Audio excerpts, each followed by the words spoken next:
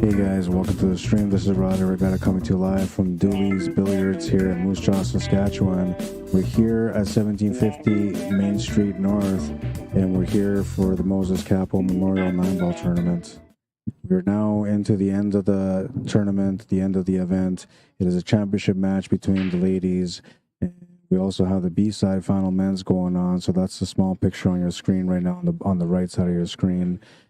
I believe the score on the men's is 2-1 for Stephen HOLEM, and I'll fix that right now.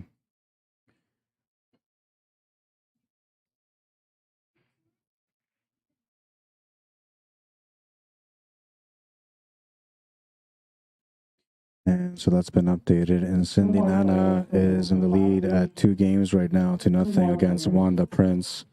Their Fargo rates are up on the board right now. 535 Fargo rate for Cindy Nana, 470 Fargo rate for Wanda Prince. And that's Cindy at the table shooting at the moment. On the table 2, or the men's B-side final, we have Stephen HOLEM at the table. He's got a 1-game lead, and he's trying to work out that table with a ball in hand. Now we have Wanda Prince coming up to the table here.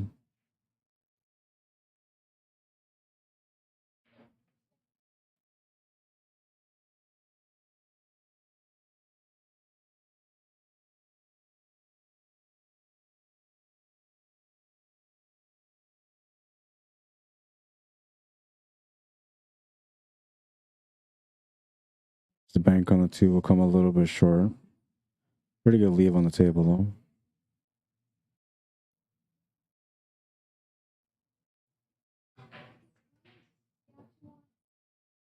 Steven trying to get back for the 5-ball there has come up a little bit short.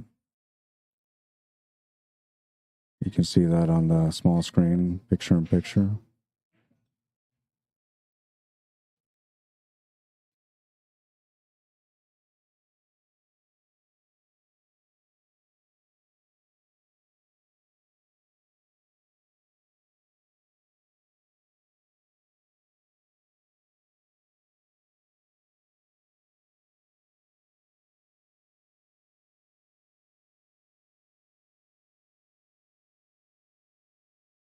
And just missed the 2-ball. That'll be a ball in hand for Cindy.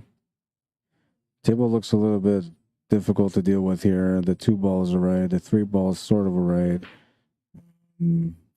4 balls a bit of a pain. And then the 5 ball's a big pain. But as long as it's to go with 5-6 combo, then it won't be so bad. I'm not sure you really want to do that, especially in a championship match. I guess it all depends on the approach of the shot, where you're at with the cue ball. Jason KLATT looking to win the match, not the match, but the second rack, or sorry, the 4th rack in their match. The second rack for him as far as points goes.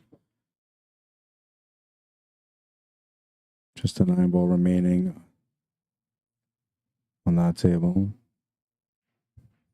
Makes the 9 to all.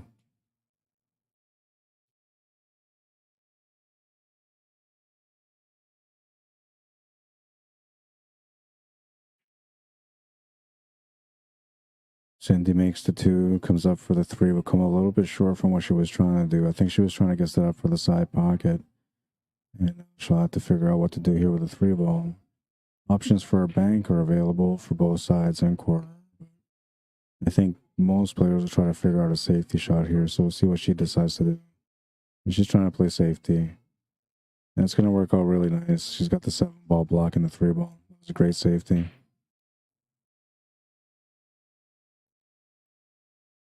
One more player and we can start. Now, if Wanda has a jump cue, knows how to jump, this is okay to deal with. But if she doesn't, this makes it a little bit harder because now you're looking for a kick shot. However, if she can get contact on the 3, there's a really good chance that she might make the 4 ball on it.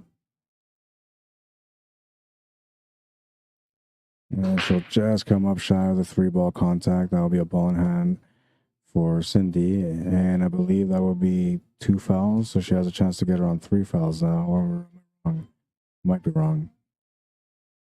I'm trying to think. I think she hit the 2 ball on the last turn. So yeah. Well, no, but she gave her a ball in hand on the 2.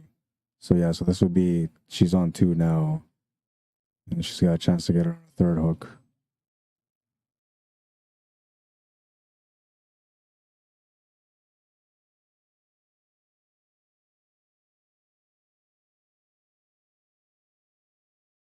Steven playing a push on the small screen. Men's B-side final.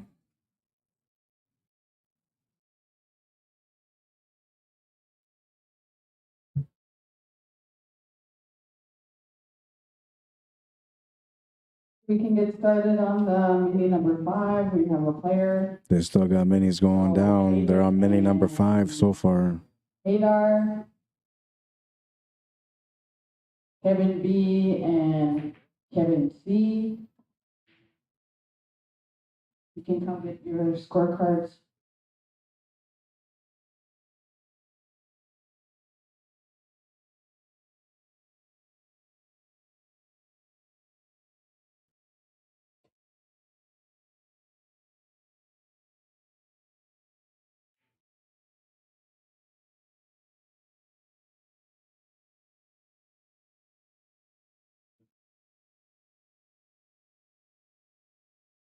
Safe here once again. A really good safety on that one.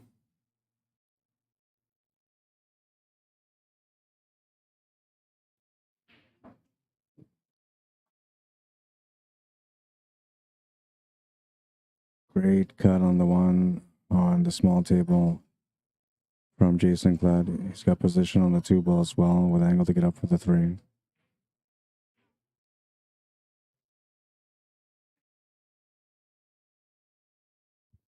That was the 3rd hook right there. And Cindy takes a 3-game lead.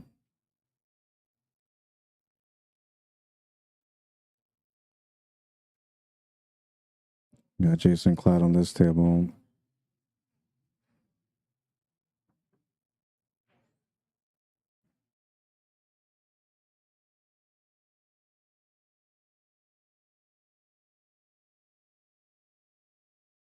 I believe that this will be for him to take the lead in this match.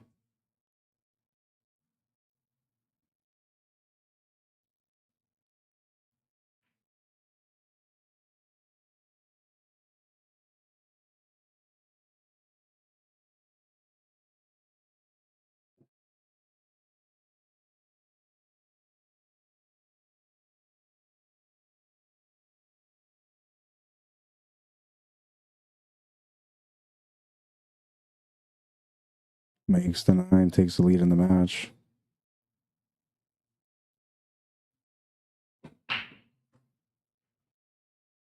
We have the scorecards up here for mini number 5. Kevin B and Kevin C, Caden and Hadar, Camille and Cynthia, and Darren and John T. Come get your scorecard.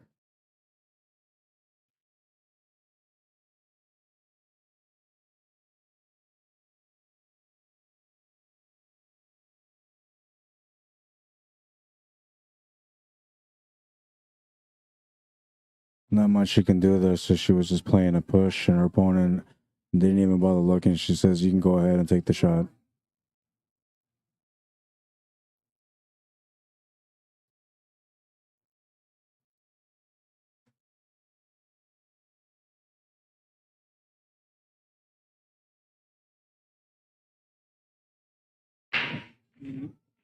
Well, not a bad leave on this one.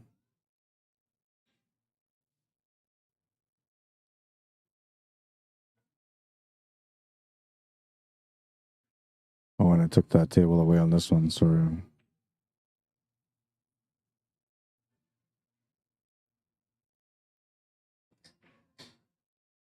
Great shot on the one. Beautiful bank on the 1. She's got a shot on the 2 ball also. Angle to get down for the 3 balls available.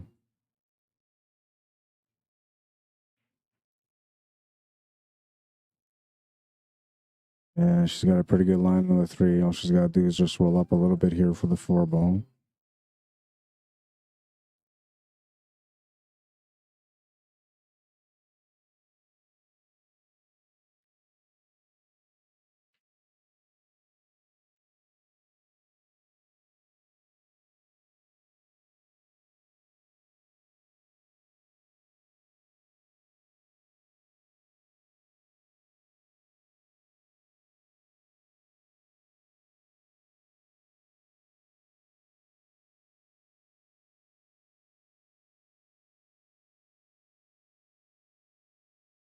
Good shot.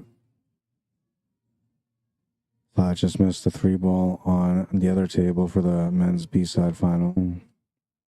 And HOLEM has played a safety on him. WANDA Prince taking a look here to see what she can do with the 5.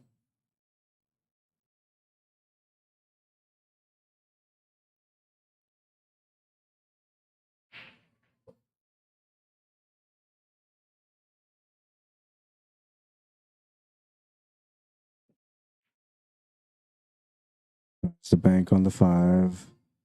Not a bad leave. Cindy will have a shot on the 5 with an angle to be able to go off the left rail and off the right rail back for the 6. But that requires a lot of pace, making the shot missable.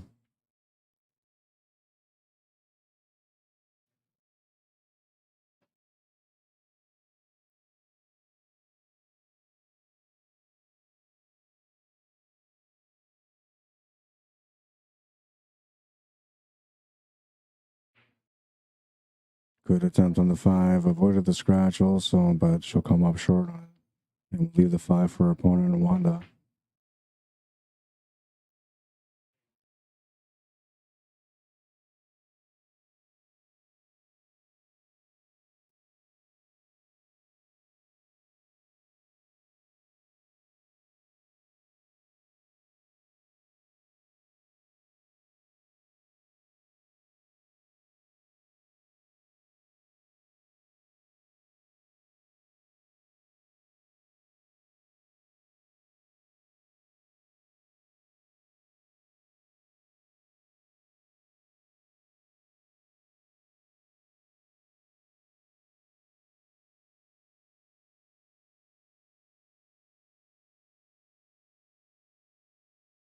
Cause you're standing still.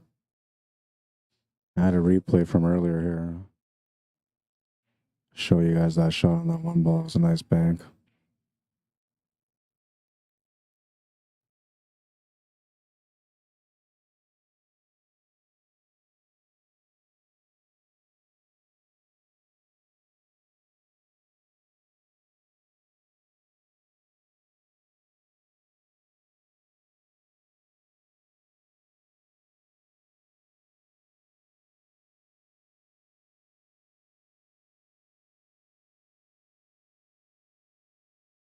Going for the combo on the 8. She almost made the 7 ball off the 8. I'd say it almost went off the rail and off the 8 and in. And I crossed over my words. Unfortunately for her, though, she's left the 7 ball over the pocket, and Cindy's going to have a chance to be able to take this game.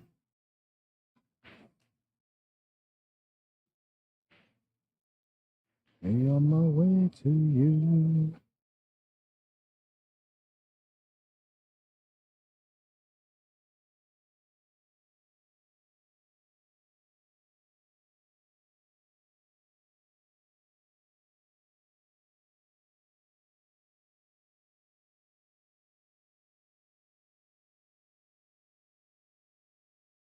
Almost a perfect weight on the 9 ball, but she's come up a little bit short.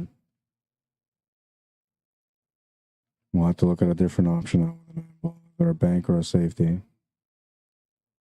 You can maybe try to cut it too, but it's a pretty extreme cut.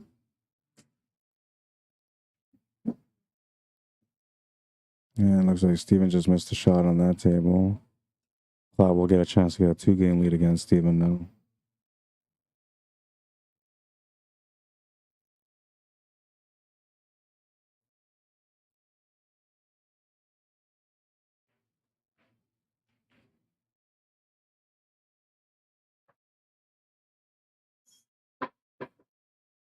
Cindy taking a 4-game lead in this match.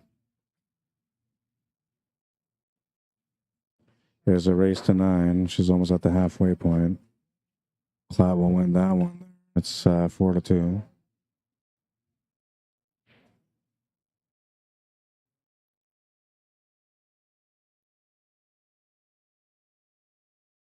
He says that I'm killing him, but I'm not sure what he's talking about because I'm not interfering with his match at all.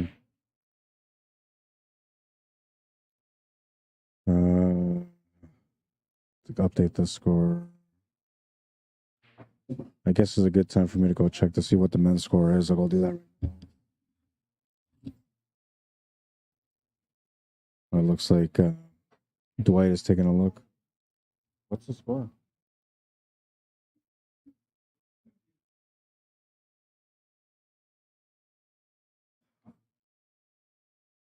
All right, so the score is 3-2 for Jason. Oh, wait. You said 3 for Steven, 2 for Jay?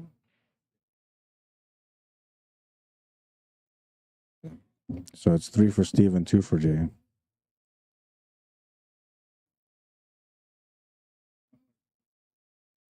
He might not have marked a score yet. I think they're tied at 3. Yeah, that's the way I got it now. Yeah, I don't think Jason marked the score on this one, though. No, I don't think so. I think it's 3-all. Yeah, I'm pretty sure it is.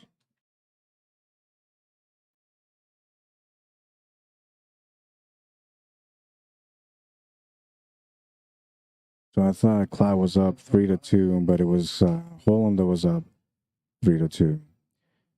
And I'm pretty sure they're tied at 3 right now. I thought it was 4-2 for CLATT, but I'm pretty sure that it's tied at 3 now.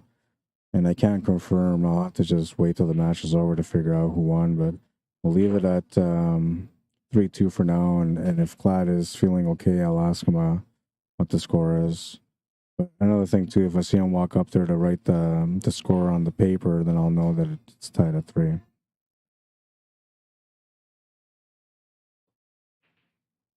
Oh, what a great attempt on that 3 ball. Came up just a bit short.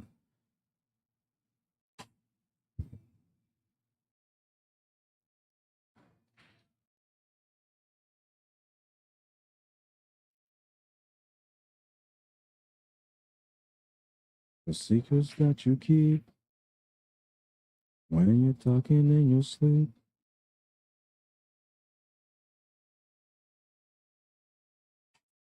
Oh, she's left her a shot on the 3 ball with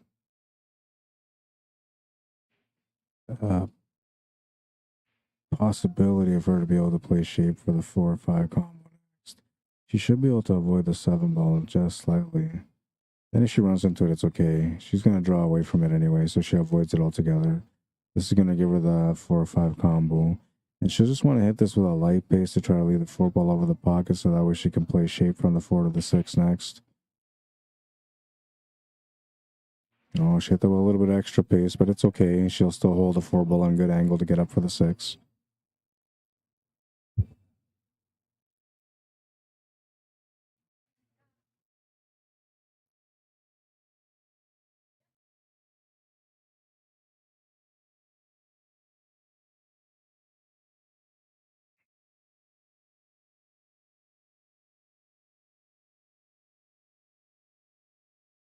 Going to make the shot, but she's going to scratch in the side pocket. That's going to give Wanda a ball in hand. She'll get a chance to get on the scoreboard now. Just a 6, 7, 8, and 9 remaining.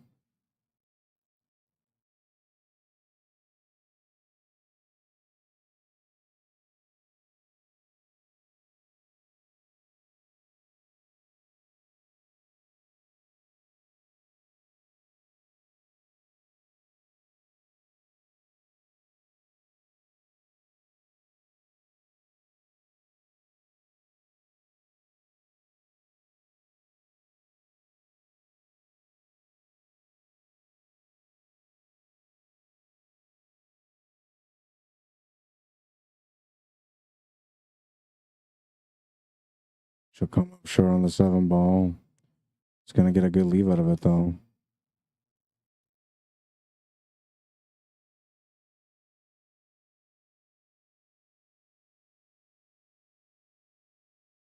Okay, so KLATT's going up to mark the score. It looks like they're tied at 3.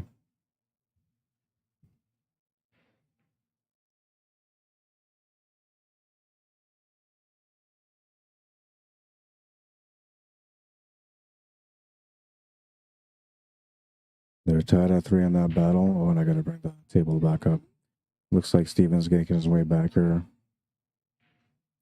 KLATT's going to be breaking next anyway, so he's setting up the rack for the break.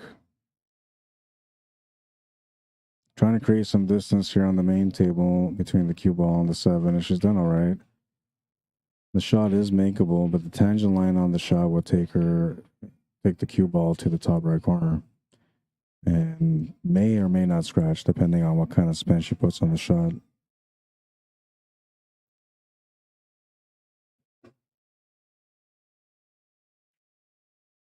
And looks like she's just trying to play a bank. Ooh, it almost goes into the side pocket. The cue ball almost scratches into the corner too, but it'll stay up on the table.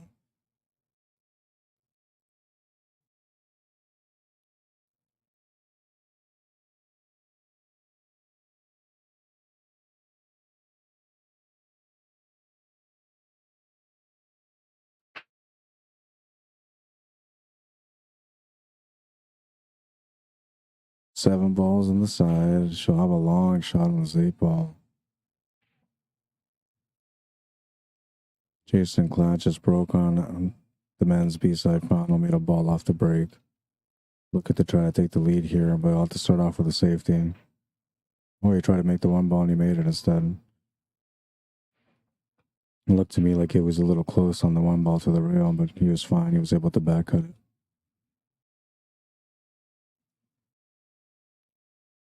Eight balls left on the main table.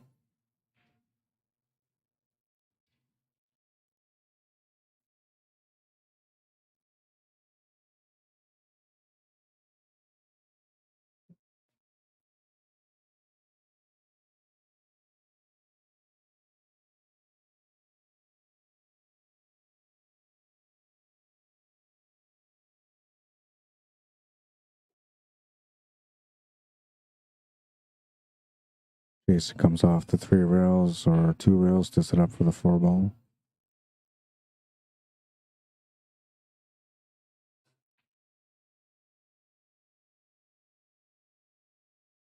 Just has to come across to the right side of the table now for the 5. He's going to play it all the way around, trying to get shape for the side pocket instead, which will help him set up for the 6 ball. He might actually have to run to the 6 ball here.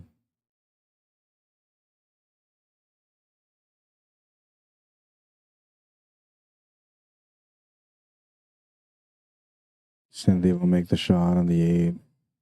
She'll get left with a bank shot possibility here on the 9. Safety. Safety will be her banking the 9 to the right side cushion while bringing the white ball to the left side cushion. The bank would just be half ball with some power, a little bit of spin. Playing safety, trying to get both balls to the rail, and she's going to give her opponent WANDA Prince a chance to be able to get on the scoreboard. Though I'll have to confirm their scores, I just have to wait.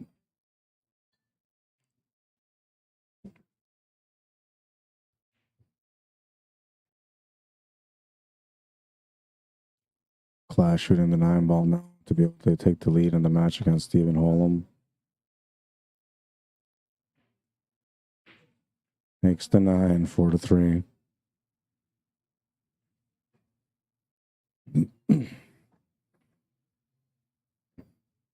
WANDA will make the 9 and just avoid the scratch. She's on the scoreboard 4-1.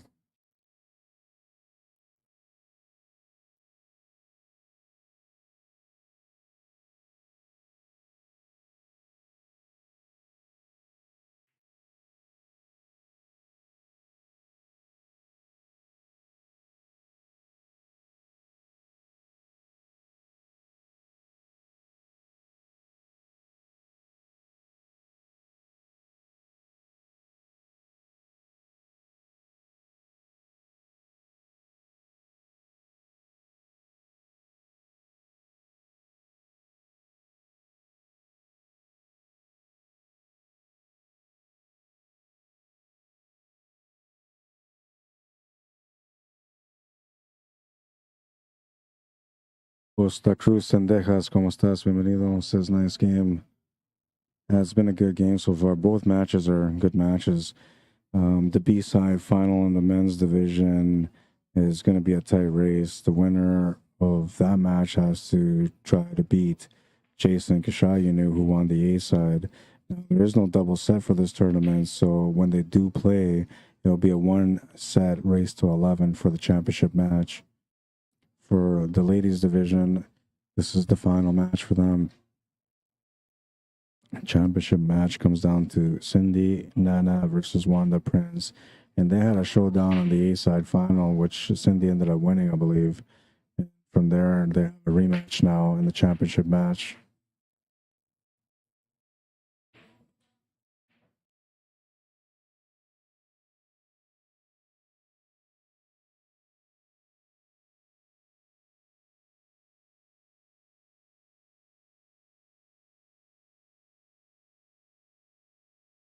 For the guys to take a shot on table number 1.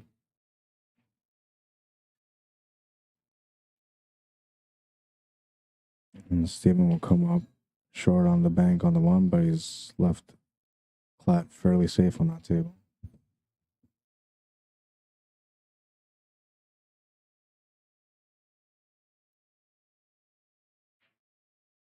Now make the 1, but she'll follow the cue ball in. You can see here, it looks like Jason can see the 1 ball, but he can't really pot it. He's going to have to figure out a good safety out of this.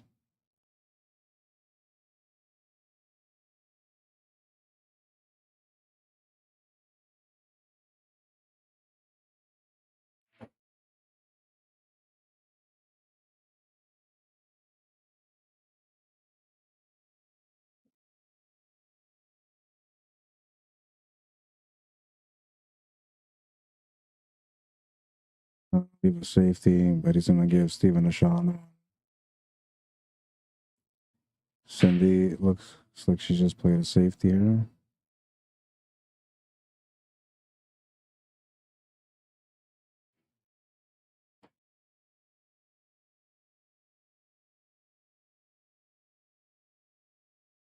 Baby and Iron Eagle, welcome to the stream. Jane Peacock, welcome to the stream. Charlene Maines, Glenn Cajola, Samantha Jane, Baby J. Nana Noah, welcome.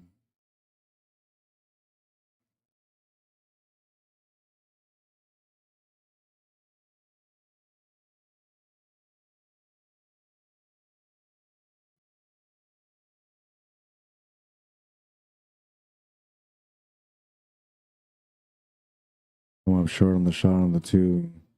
Looking for a bit of a lucky leave, and she's going to get it.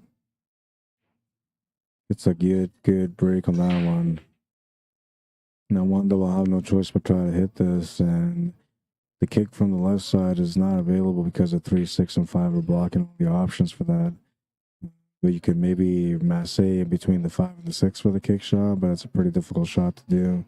The other option is to go off the bottom rail with some spin to try to hit it, but the 4 ball slightly, or the 8 ball slightly in the way, whichever that is. I think that might be the 8 ball. It looks to me like the 4 ball from here with my eyes, so. Can she clip enough of it to be able to respond with a safety? Really good try, but she'll come up just short. Be a ball in hand for Cindy.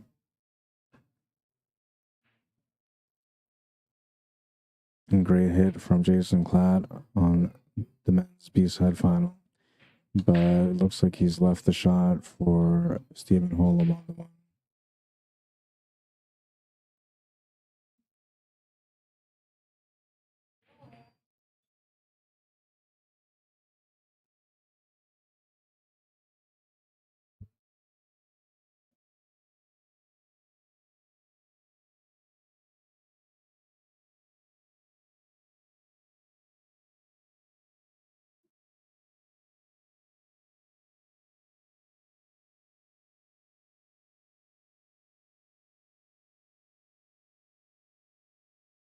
Great shot to the corner on the 3. And that was the 4 ball that was sitting down there. So now she's got position on the 4.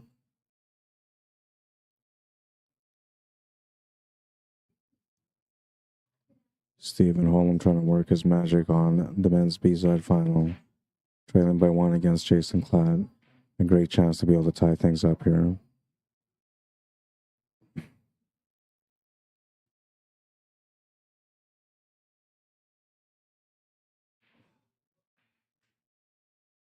Strokes through on the 5 ball to get the position on the 6. And she'll have to stroke through the 6 to go off 2 rails back to almost the 3rd rail for the 7. But 2 rails and a half would do as well. She doesn't have to go too hard on it. And she was trying to get a little bit more pace on that ball, and that's why she's she's missed the 6 ball just slightly. Now, it's not so bad that she missed the 6 ball, but it's the fact that she's left the 6 ball in the side pocket for her opponent, and that stings a little bit.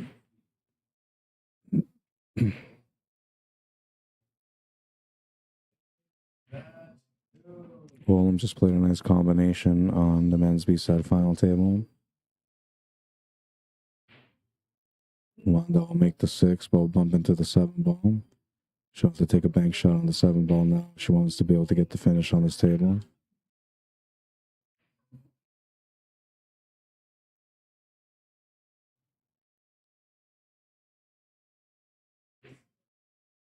Oh, she makes a beautiful bank. And she'll have a tester here with a 9 ball.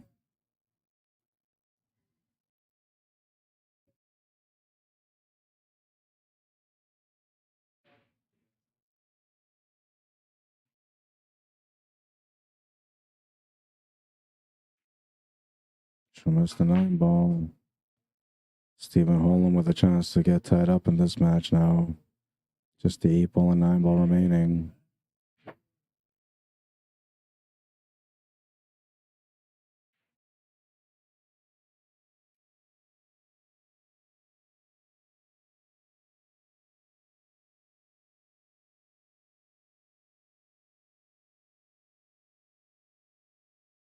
She makes the 9. 5-1. She's past the halfway point on the race for herself. This was a nice bang from Wanda. Looked like she was going to be the winner on that rack.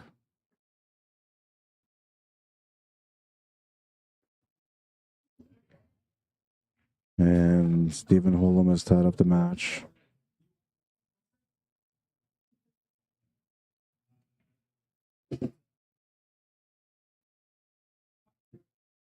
Scoreboard has been updated for them. They're tied at 4.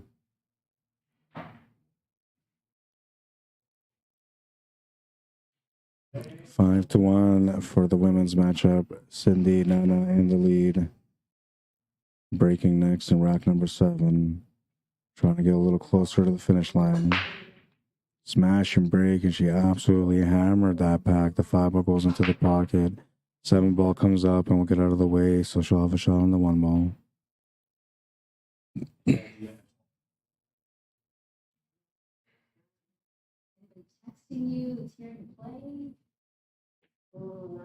Oh, and she makes a beautiful bank on the 1.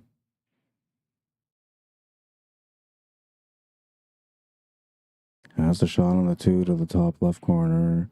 A little bit of angle to work with to be able to get set up for the 3 ball. But the work comes in when she gets from the 3 to the 4. So she's got to create a good angle here on the 3.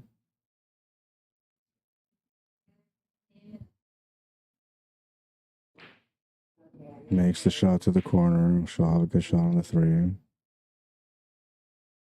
This was a nice bank to get started on this one. Great shot.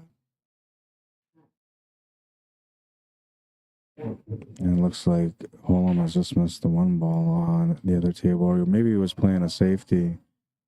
Whatever the case, he's giving Jason a little peek at this table. For Cindy to take the shot on the 3. You can see here it's pretty close to having that tangent line available for a billiard shot into the 9, but it's not quite there, so he's going to have to play a safety on this one.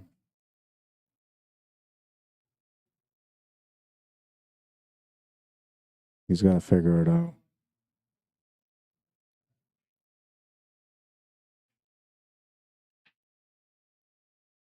Decides to go for the 1 ball and he'll come up short on the table. Cindy trying to play the combo, but it didn't go the way that she was looking to make it. Or maybe she wasn't even trying to play the combo. Maybe she was actually trying to play a safety, because the leave that she's left here for her opponent Wanda is actually a pretty good leave.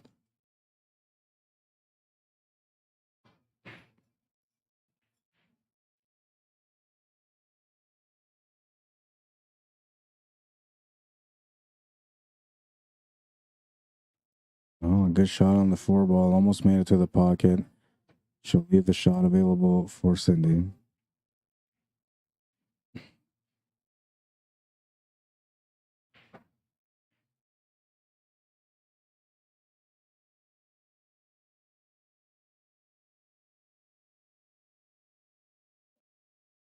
Makes a great shot on the 4-ball. She's looking for some action on the 6 and will get hooked by the 7-ball.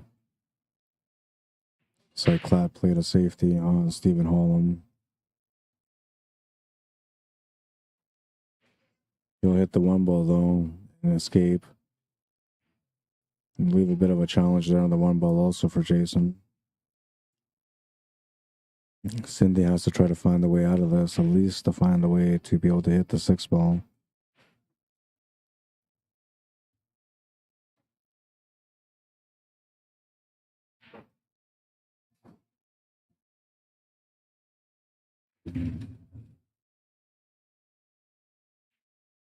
Just missed the 6-ball.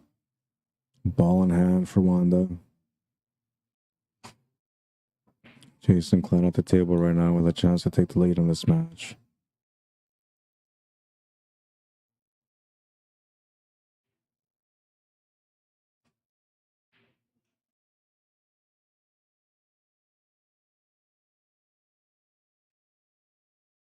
Jason will miss the shot to the corner, turn the table over to Stephen Holem. You'll have a chance to take the lead in this match now.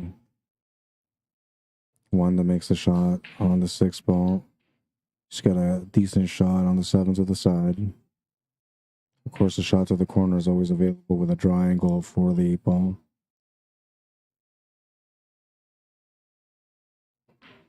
She'll go for the corner. A little bit of body movement on the shot. She'll come up short on the 7-ball.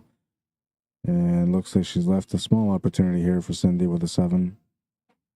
She'll have to take that cue ball around the table, though, once she makes a 7-ball. So she'll have to earn the win on this one with a great positional shot for the 8-ball.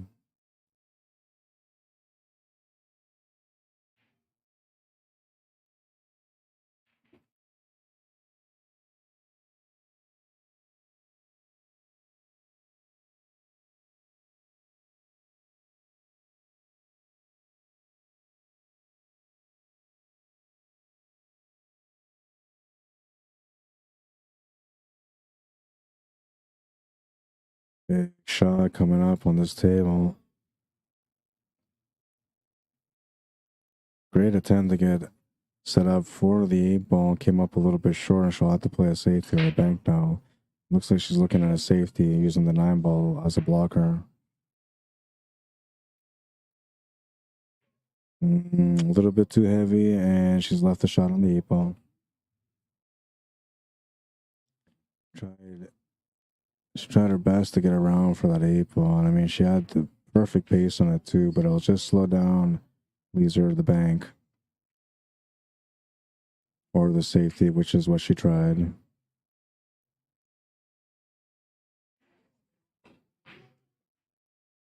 Huge shot on the 8-ball from Wanda Prince. And she'll have another good shot here, a good tester anyway, on the 9-ball.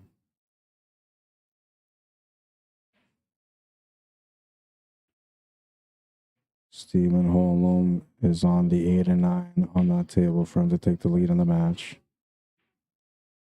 Wanda will make the shot. It's 5-2. She's down by 3.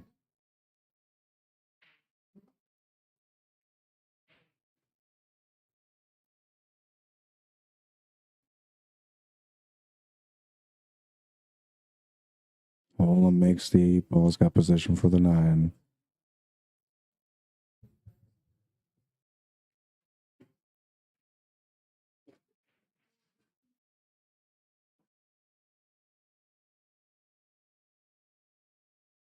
He'll take the lead in the match, 5-4.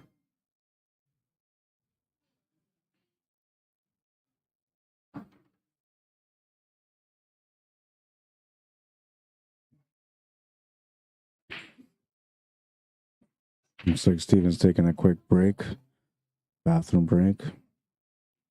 And WANDA Prince will be breaking next in rack number 8 here in this women's championship match. 1,500 for first, 750 for second. Both of them, I believe, will get a jacket, and both of them will get a trophy. But it's about the money now. And of course, the pride, because one of these two ladies is going to be the very first champion of the very first Moses CAPPO Memorial Tournament. And what a great tournament it's been.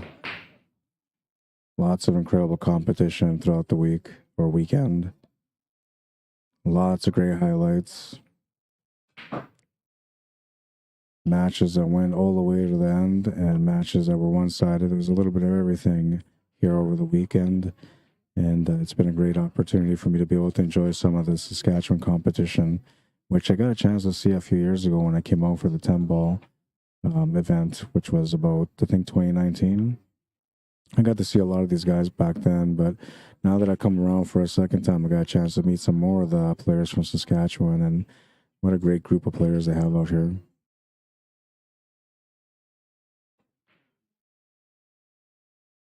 Trying to get safe. It's going to be safe enough.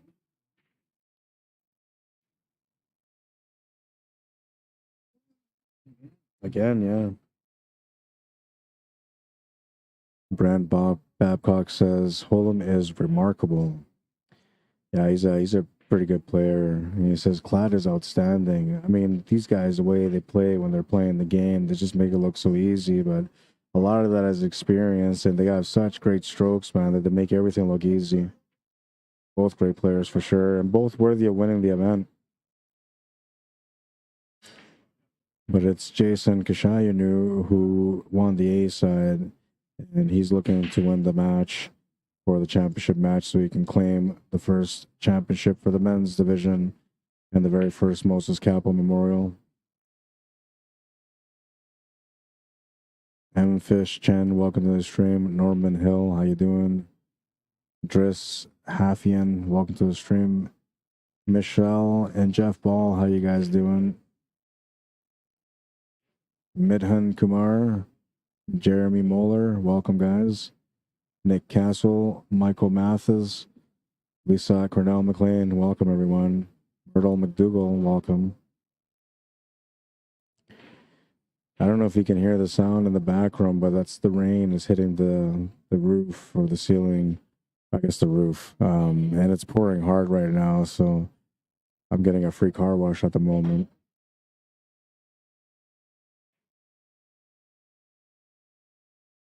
Should go grab my kids from the hotel room and ask them to wash my car by hand in the storm. Like the old school days. I had to do it when I grew up. I'm sure they can survive. I'm fine.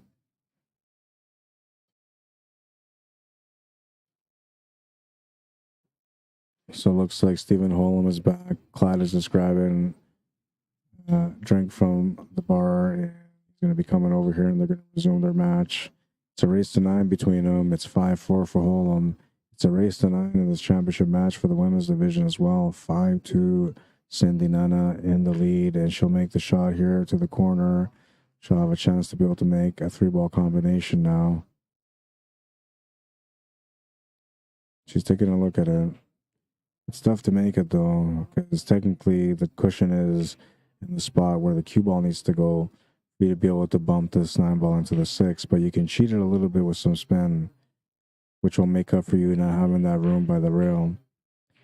And she'll try it. She'll come up just short. A little bit more power. She might have had that 9-ball in the side pocket.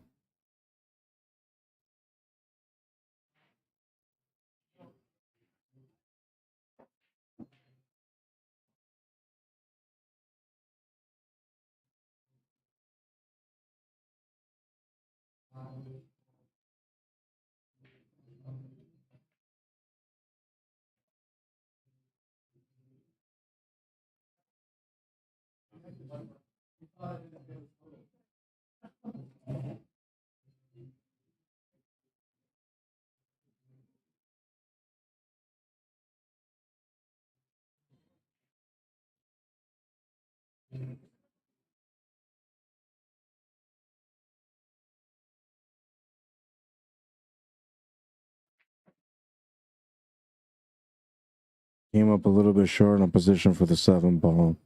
She'll have to come up with something creative here. Likely a safety shot, but there is a bank available.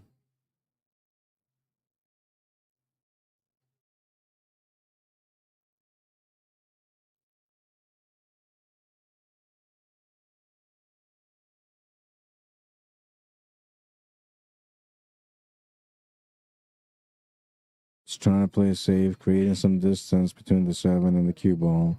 She's left a shot on the 7 ball to the top left corner, and unfortunately for her, the natural line on the shot is going to allow Cindy to be able to get position on the 8 ball.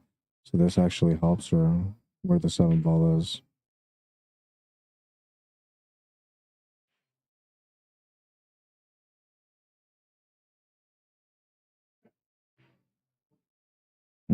She'll come up just short of it. Good leave, though. She's taking away the shot on the 7 ball, forcing Wanda Prince to take on a kick shot. If she can make this kick shot, it'll be a great confidence booster.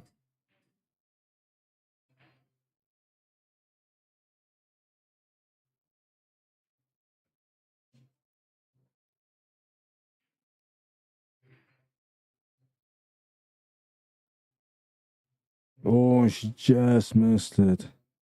Barely. Ball in hand. Cindy will get a chance to get up another game here. Needs to get a decent angle on the 8 ball to get shape for the 9. That angle will help right there. Will likely have to either draw off the cushion with some spin or play through 2 to 3 cushions for that 9 ball in the side pocket. Most players will just draw off the rail here with right hand spin, 5 o'clock sharp, to be able to come across to the right side. And from there, she should be able to get between that 2nd diamond and the 3rd diamond on the right side rail.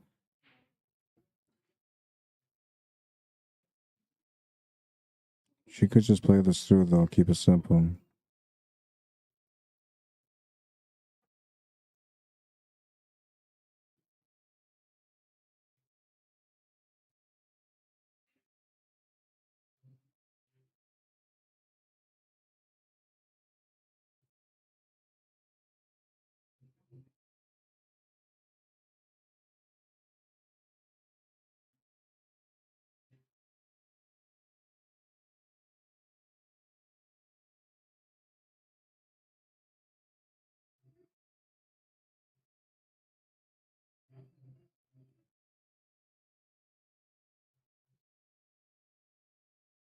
Oh, she's in that weird spot where you can take the shot to the corner or take it to the side. I still like the side pocket here. Usually when people take the shot to the corner, it makes the shot a little missable versus taking it to the side, but the side isn't easy either. I'd rather go to the side, though. And she'll take the shot to the side. Watch out for that cue ball, though. Oh, she's going to scratch. 5 to 3. Wanda gets a break on that one. Just unfortunate that she scratched on that one. She was looking good to get up 6 to 2.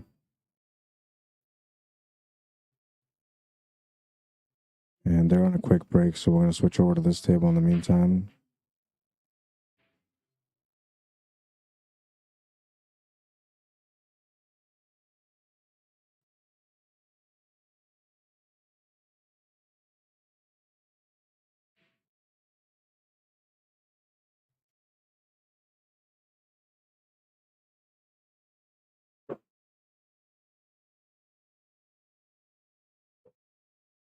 Oh, looks like they're back already.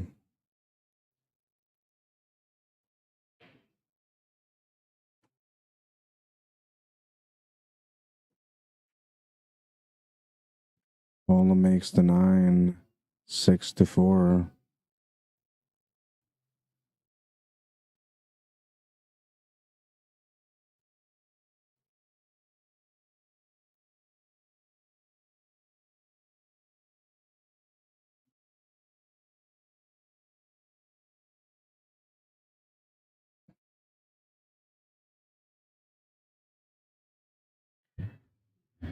6-4, and I gotta update the scoreboard.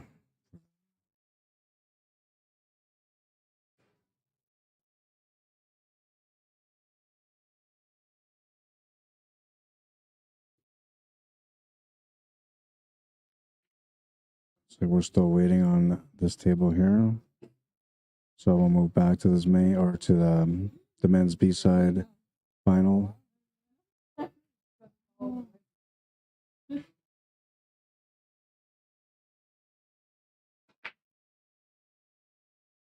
Smashed the break, made the 1 and the 8.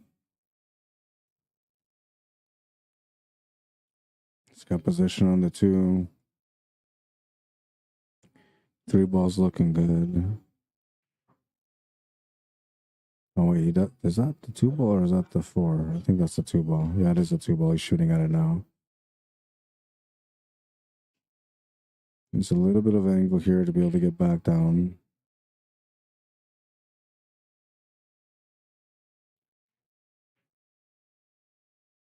All right, so Wanda Prince is back, and we're going to resume the match between the ladies.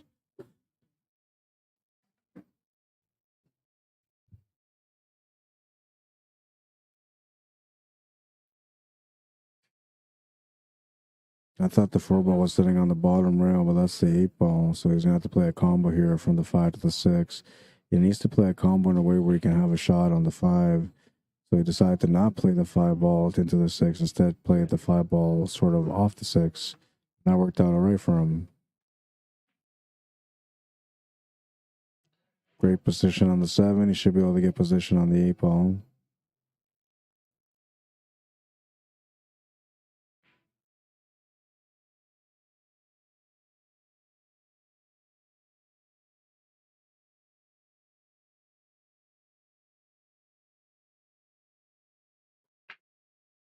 Perfect angle on the 9. Steven says that's good. 5 to 6.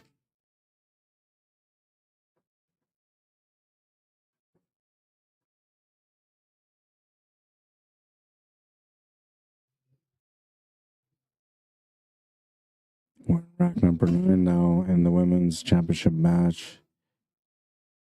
5 to 3. Cindy Nana in the lead with a chance to be able to make it 6 to 3 now.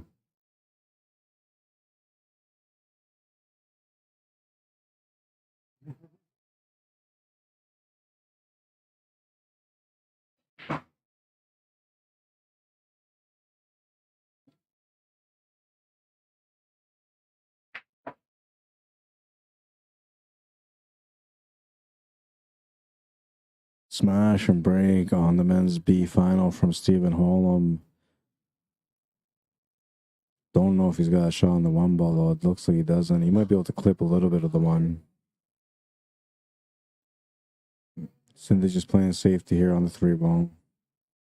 Not a bad choice. I think she's left her a little bit of the 3, but be a difficult cut. Maybe not so difficult of a hit. But if you're going to just hit it for a safety, you got to go off the bottom rail for it.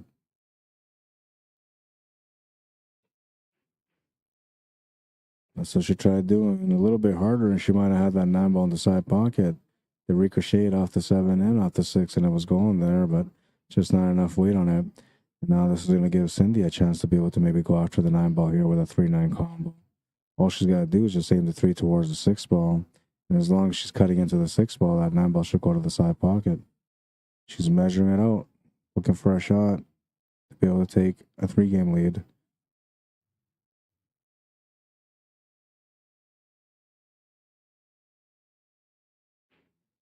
Just like that, great shot.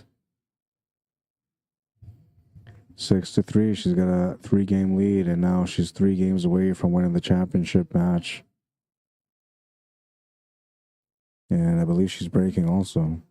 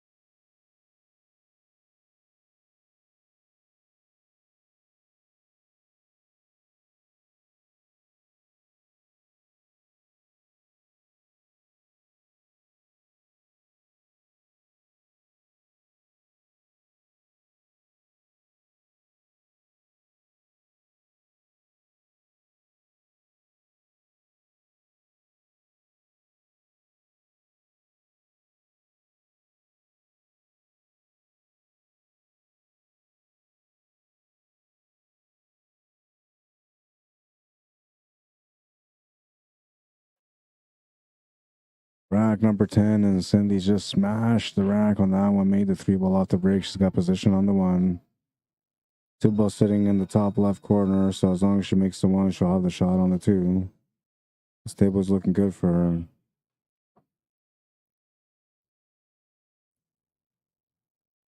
KLATT gets a chance on the men's B-side final. He's at the table right now trying to tie up the match against Stephen Holem.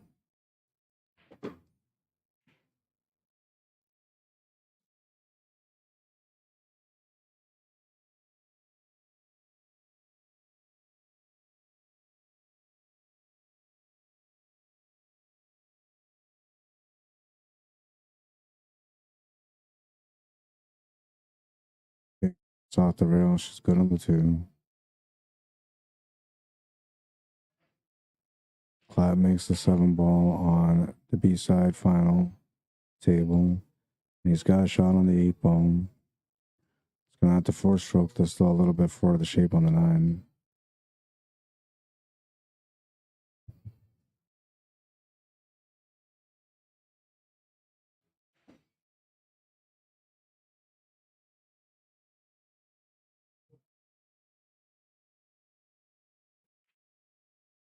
No, he's going to miss the shot to the corner.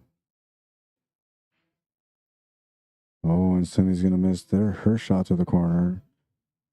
So a turnover on both tables. Holem with a chance to get up one more game here.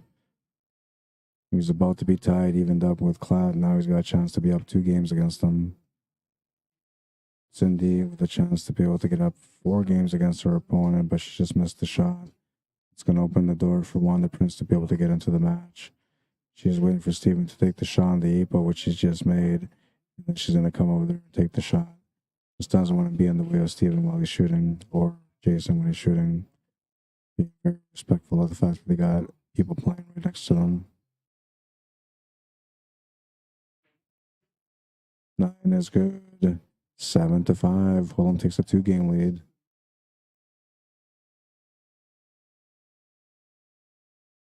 It's a race to 9.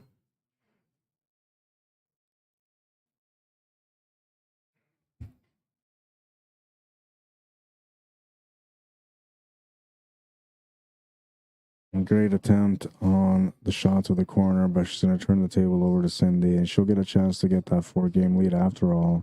Still a pretty good table. All the angles seem to work here for the finish.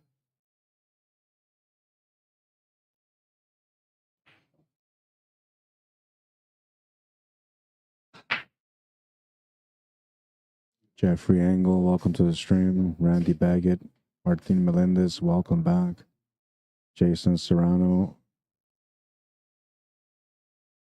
Anjay Paskey, welcome to the stream. Kristen Lynn Bruce, how you doing? Ed Herman, welcome. Peter Avila, welcome.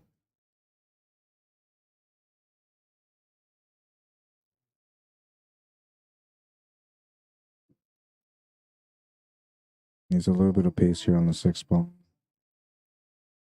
Doesn't have to be super close to the 7-ball, but she just wants to get close enough to make it comfortable for the shot, and that will do it.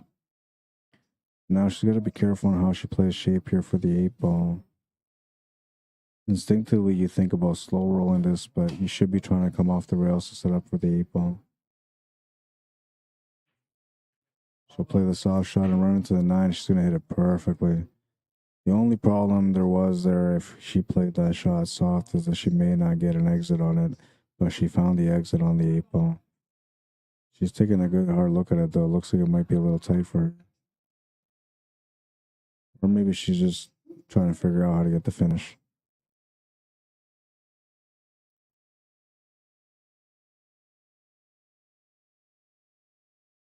Jason KLATT on the table, on the men's B-side final, trailing by 2. He's looking for a chance to be able to get within 1 now.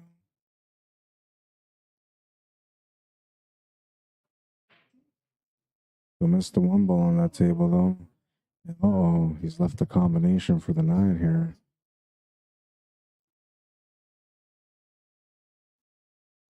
Switch over here real quick. Stephen Holem with a chance to get on the 1-9 combo.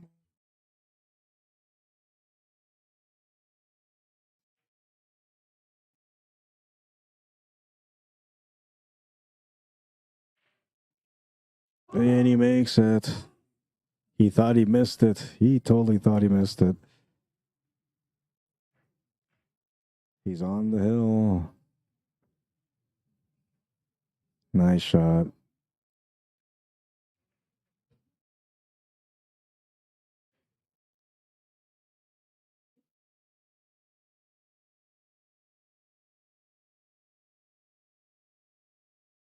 Update the score in a second here for the men's division.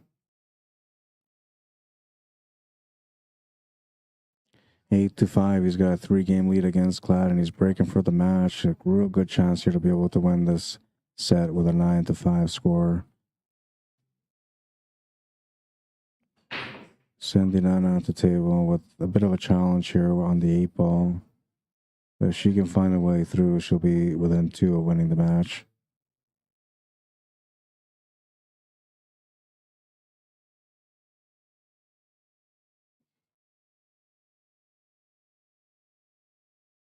Six 3 for Cindy, and then 8-5 for Stephen.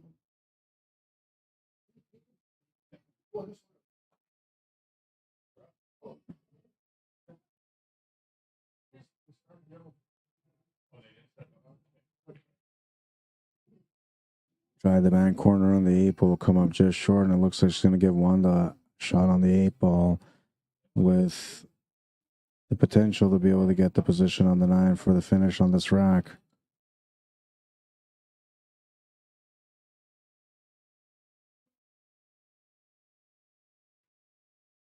Stephen Holem just missed the 1 ball on the men's B final or B side final. Turns the table over to Jason KLATT, who's trailing by 3. If he can hold him off on this one and win this one, he'd be down by 2 with him breaking on the next one. If he can win that one, he'd be down by 1 with Stephen Holem breaking for the match one last time. If he can survive that, then KLATT will be breaking for the final rack. All if scenarios. WANDA Prince on the scoreboard once again, down by 2.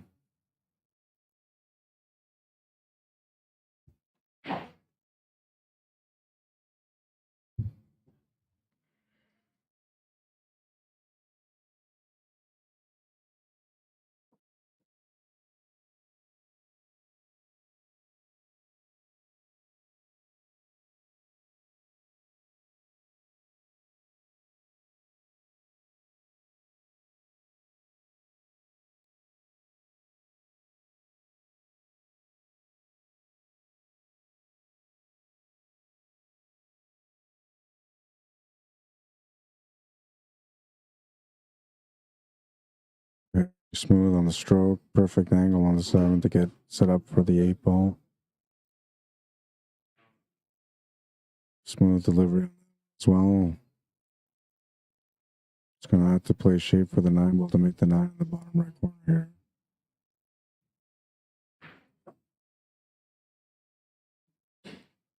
And it's got perfect shape once again on the 9.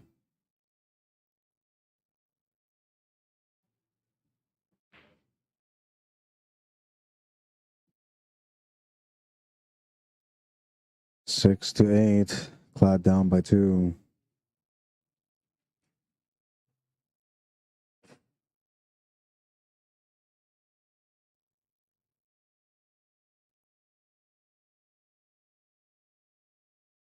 For Jason and Steven, it's 8-6 for Steven.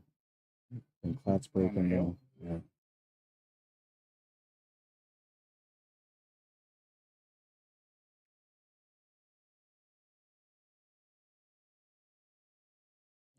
Now, in your guys' opinion, has this been a little bit harder for you guys to follow with the picture-in-picture, considering that I kept the scoreboard up and everything there?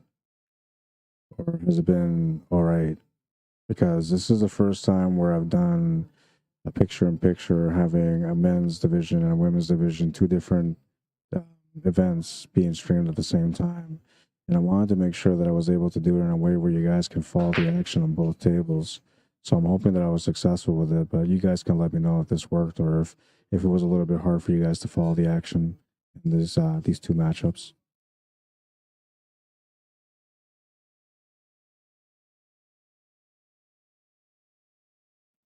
I'd like to hear you guys' opinion on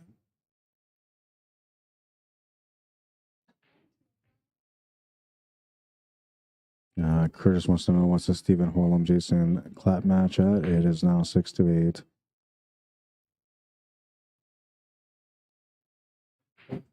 Jason's at the table right now.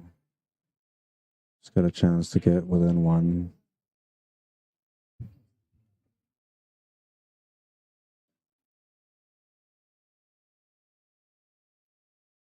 Cindy makes the 5. He's trying to come clean of the 7 ball, but ran into it slightly. That's going to leave a bit of a back cut on the 7 ball. She'll have to settle for a bit of a cut shot on the 8 ball too. She can try to find the perfect angle of the 7. Come off the rail gently for the 8 ball. This will be hard to do. Makes the shot to the corner though, and she'll get set up for the 8 ball. She's accomplished that. And now she's looking good for the 8 to get set up for the 9.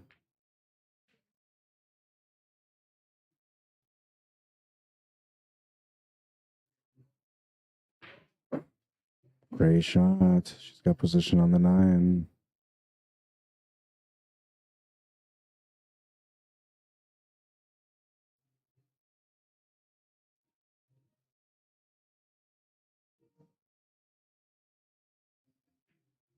She'll take a 3-game lead again, and she's 2 away from winning the championship. Jason CLATT on the table here.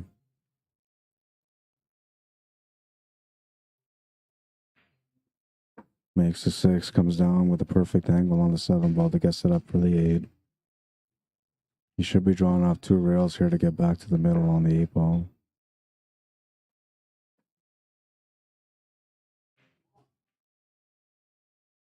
Needs to get pretty straight on the 8. If he doesn't, though, he can just play through off 3 rails to get it set up for the 9 ball in the bottom left corner. He can even play it off 2 and set up for the 9 on the right side if he wants to. It just makes more sense to play 3 and set up for the 9 on the bottom left, which is what he just did. A little bounce off the rail is going to ensure that he has a shot on the 9 ball with a little bit of queuing room behind the cue ball. And he's going to get within 1.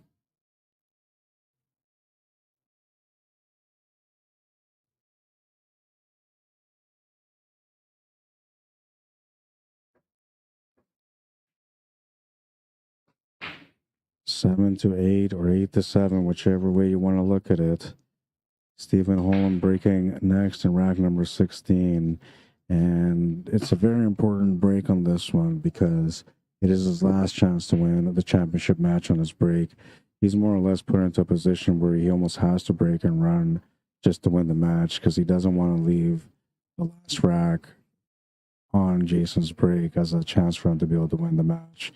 All the odds will be against him in that situation. So right now, trying to make the most out of this break. He'll hammer the pack. Looks like he's going to come up dry, though. He's come up dry, and the window of opportunity has opened up for Jason CLATT to be able to tie up the match and take it to the last game. Wanda Princess made the 1. She's got position on the 2 with an angle to be able to get onto the 3. Just needs to roll forward here a little bit on the 2 ball to get the angle that she needs from the 3 to the 4.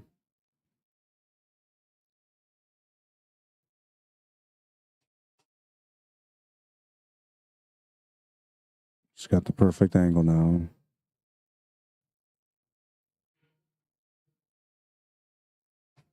Jason CLATT on the table has hooked himself right now, and he doesn't really have a shot on the 2 ball, so he's going to come up with something clever to try to escape from the trouble that he's in right now. Wanda will miss the shot. That's going to bring Cindy back to the table. She'll have a chance to get on the hill now.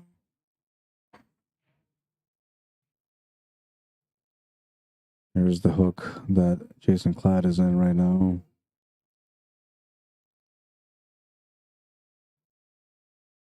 Just looking for a hit here. Wants to make sure he doesn't leave anything for the 2-9. Got a little bit of luck there on the 7 ball. The 7 ball's gone in.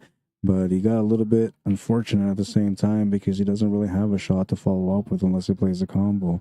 He'll have to come up with a safety shot, I think, unless he goes for the combo.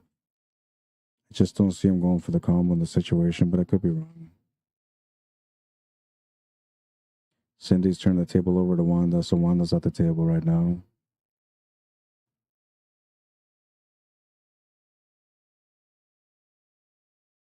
She's got a bit of a stretch shot, so she's waiting. Go back to this table while we're waiting for that to happen.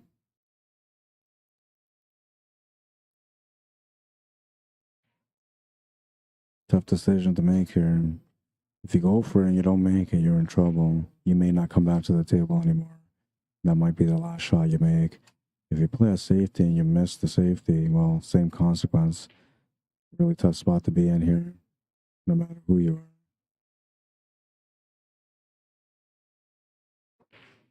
Plays the great combo, though, and trying to set up for the side pocket.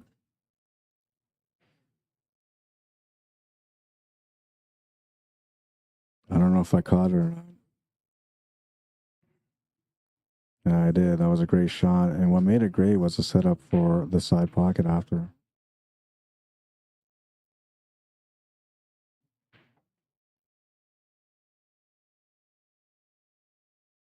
Wanda will make the 3. She'll have to take on the 4 as a 4-8 combo, or play a safety, or a bank.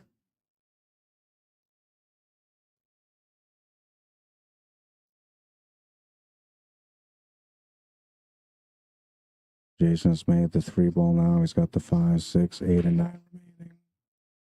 He's got the perfect angle on the 6 to get set up for the 8 ball.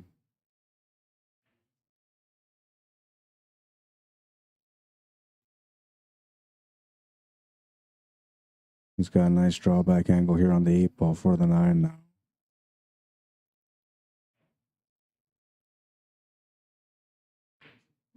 Nice and smooth on the delivery.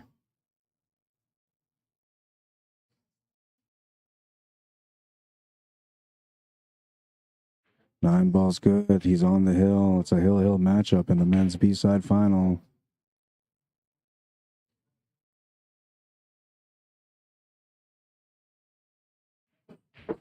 What a matchup it's been. Both matches so far. Cindy Nana with a chance to be able to get on the hill here now too. Everything's laid up perfect for her. She's got to get a shot on the 5 ball, which she looks like she just found it. She's got a perfect tangent line to take the cue ball up table and back down for the 6 ball with an angle that should complement the shape from the 6 to the 7 ball. Looks like the guys are taking a quick break here. They're tied at 8, so they're going to take a quick breather before they go into the last rack. Cindy's played the position for the 6 ball. A little bit dangerous here because she's going to have to try to draw back for the 6 ball, which is going to force the shot, making it missable. I actually like playing forward here for the 7 ball, but you may not be able to get a good shot on it, so maybe try to bump into the 7 ball a little bit while you go forward. That might work. Of course, if you can draw without missing the shot, that's number 1 option. And that's the option that she went with. Made a beautiful shot to get onto the 7 ball. Now she's got a great angle to be able to come across for the 8 ball. Just has to check off the rail and get over to the left side.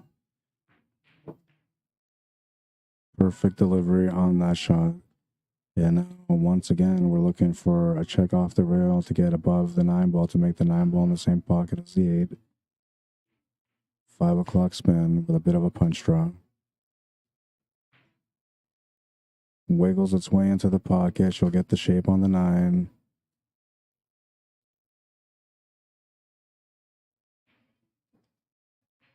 She's on the hill. 8-4.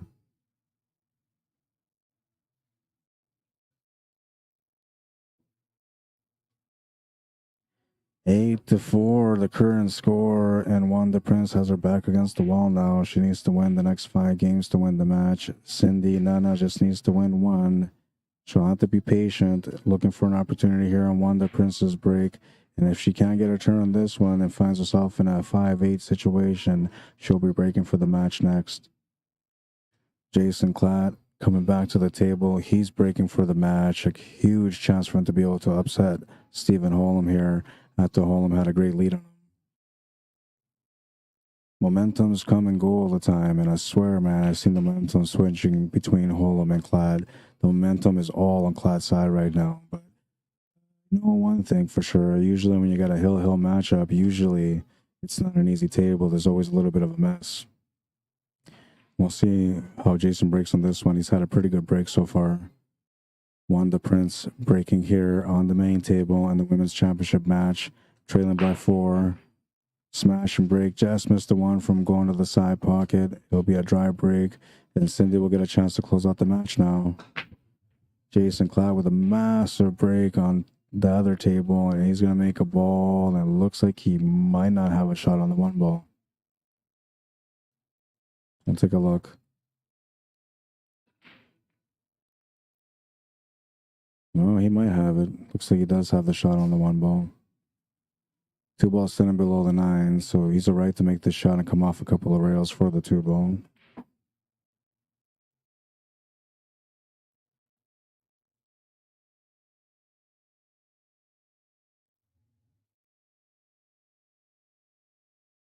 Kathy says it's fine. Sean Simpson says it's fine this way. Stephen Law says all good, Rod. Jerry Brashear says doing great. Stephen Valley says looks good. Thanks, guys. I appreciate it. Lee Smith says Moose maybe move CSL to other side and make match sort of bigger on men's match. I like that idea, actually. Okay, I dig it. It might be too late now, though, because these matches are coming to an end, both of them. It might come to an end on this one. But I'll keep that in mind for next time. Yeah, I like that idea. Then it'll be a little bit bigger. Great suggestion. I love positive input. When somebody says, like, hey, this doesn't look right, I appreciate that too. But I appreciate more when somebody gives an idea on how to make it better, because then that's constructive criticism, and that helps for things to be a little bit better on the production side of the stream.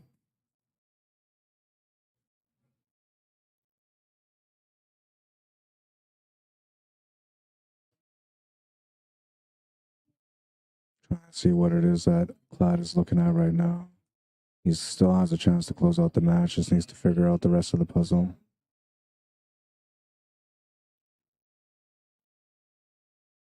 Cindy looking for the 3 ball. She's going to step back and reset. Not feeling good about it. Changed her mind on the shot, perhaps.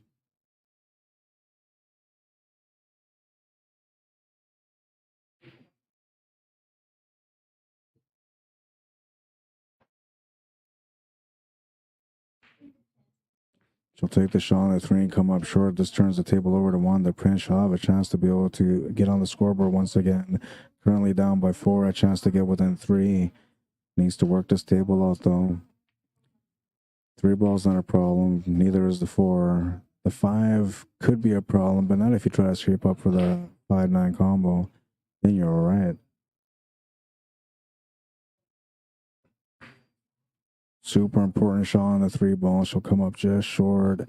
That's going to give Cindy a chance to be able to make the 3 ball now and to be able to chase after the 4, then to get set up for the 5-9 combo for the finish. Big shot coming up here for her, though. She needs to make the shot. She needs to get a shot on the 4 ball also. After that, as long as she's got an angle, slight angle on the 4, she should be able to set up for the 5-9. KLATT's still trying to figure out what to do on his table. I'm assuming that the ball that's sitting below the 9 ball is the one that he's having a hard time with. She makes a great shot on the 3. Not sure if she got position on the 4 ball. It looks to me like she does have it.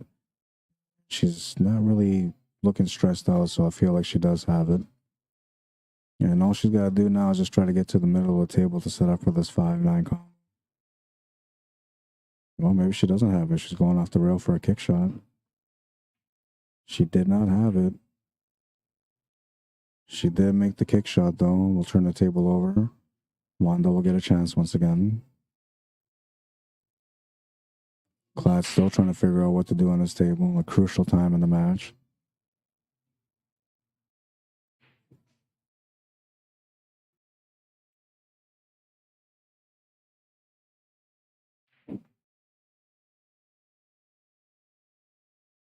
Lewis Joseph, welcome to the stream. John Fazakis, one of the players from the event. Welcome. Linda Cruz, how you doing? Cornell McLean Jr., what's up, man? Rocky Fuller, welcome to the stream. Kyle Jackson, how you doing? Wanda McKinney Cameron, welcome. Dwayne Parker, how you doing, Kyle Jackson? Bruce Jensen, welcome, guys. Richard Shutters, welcome to the stream. This is not good. She's left ball in hand for her opponent. She's got a 5-9 combo to be able to win the championship match. Jason KLATT still trying to figure out what to do on the table. It is not the 2 ball that's below the 9, it's the 7 ball. The 2 ball is sitting behind the 8 ball, so he doesn't really have a shot on it. He's trying to figure out how to get to it or how to play safe on it. She'll make the combination 5-9 combo for the win. 9-4, the final score. They'll shake hands on it. And what a finish. Cindy Nana dominating the final with a 9-4 finish. We're going to go over here on these guys now and open up the table for them. And it looked like Jason was trying to play a safety on the 2 ball, but he's given Stephen Holem a chance to be able to make it. Holem with a chance to be able to clean out the table now and to win the match. After the 2, he's got to make the 5. From the 5, he's got to go up for the 7. Or sorry, for the 6. From the 6 to the 7 is where a little bit of the work kind of comes into play. But with these guys, it's not too difficult for them to be able to play position. Trying to create a little bit of angle here on the 5 ball. He's going to be stuck taking this to the corner, maybe. He'd rather take it to the side, though, so if he can cut it to the side, that's what he'll do. The only thing is that he's kind of losing position for the 6 ball, so he might actually have to run into the 6 ball or hit this light with some kill spin and just let the angle take natural path towards the 6, leaving him a more difficult cut on the 6. I'm okay with that, though, because you need to get back down for the 7, so that angle will work for him. And I'll change this here now.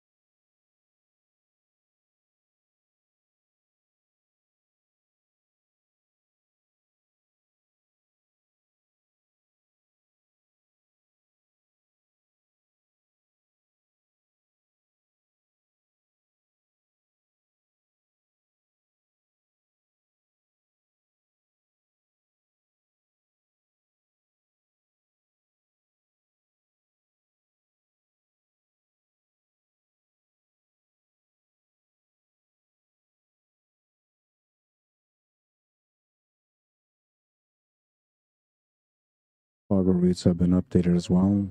A 1-point difference between these 2 players. When I got to switch over, my bad. Hang on. There we go. I didn't mean to leave this table on. I meant to switch to this one and I accidentally switched it back, so my bad. It's got to play a safety here.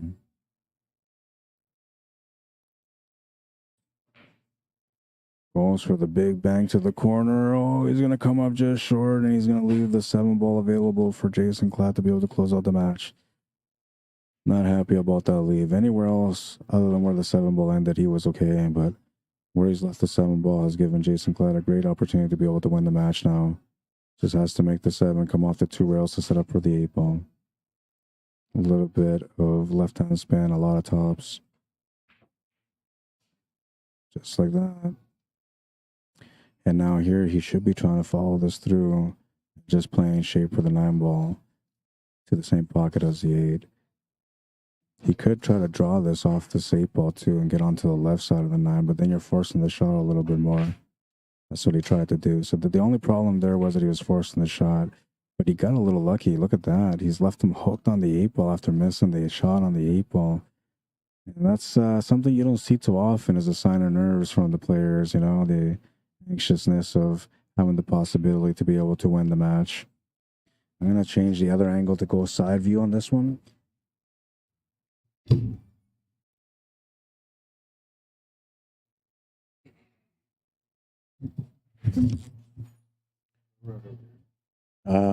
For this one, it's Hill Hill.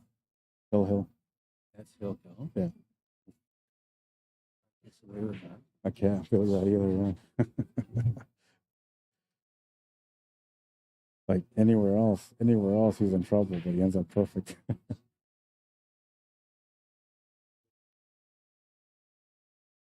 That's the way it kind of goes, though. Yeah.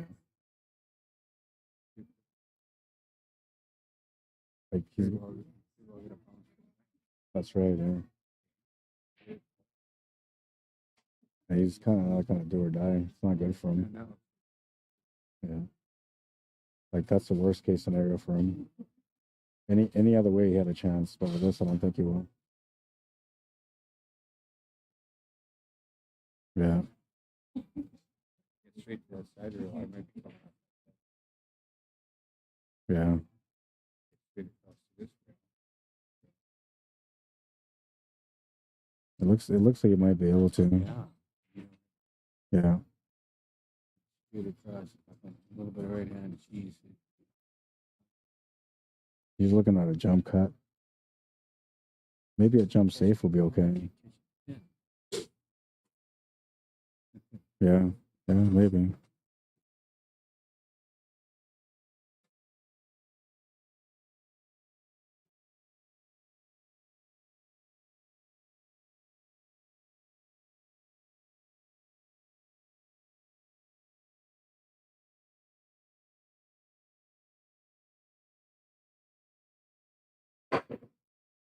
Oh, what a shot.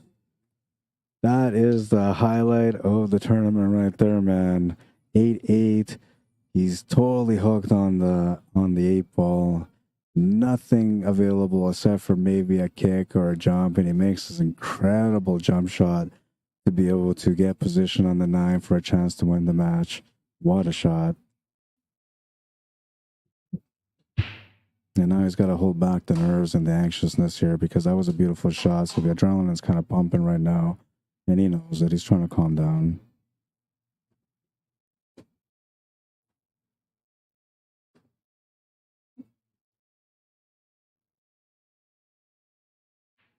He'll make the 9. He'll win the match with a score of 9-8. What a finish. What a finish. Wow. What a finish. We'll take a look at that highlight again. That was the most beautiful jump shot I've seen so far in my life, I think. Look at this jump for the finish, man. What a jump shot. Wow. What a jump shot. Jason KLATT can't feel bad about that one. He did a great job in this one. Just came up a little bit short. Stephen HOLEM, what a shot. I mean, man, everything looks like it's going against you. You're thinking, man, I can't believe this guy got so lucky and fished me out on this 8 ball. And then you say to yourself, well, you know what? You got to make it. You can't play safe. You can't play a kick. You got to make it. So he says, I'm going to grab my jump cue. And you know what? If I don't make it, I'm going to go out like a hero because at least I tried. Instead, he goes out as a hero because he made this beautiful shot on the 8 ball. What a finish. Wow. Absolute beauty. And this is nothing yet, guys. We're now going into the championship match of the men's division. It will be Stephen HOLEM against Jason Kashayanu, who won the A side. It's a race to 11 between these guys, so it's going to be a longer race. They're probably going to take a couple minutes to get going. And, well, I'm going to take a second to set up the scoreboard here. I'm not going to stop the stream. We're going to keep it going. If you guys want to walk away and come back, it's okay. It'll be about 10 minutes before we get going. But I'm telling you, you don't want to miss this. This is going to be the match. This is the match you want to see. A massive showdown. Stephen HOLEM, Jason Kashayanu. It's going to be a great showdown. Race to 11. We'll reset the scoreboard right now.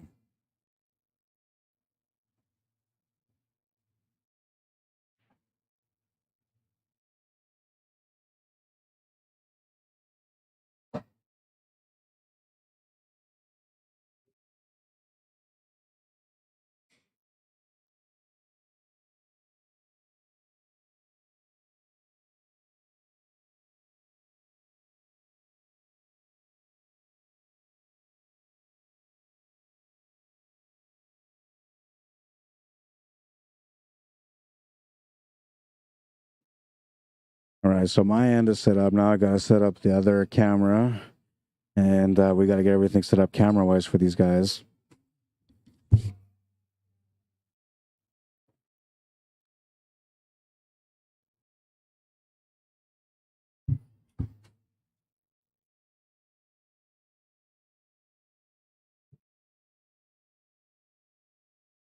All right, so that's the main table. I got to work on the second camera now.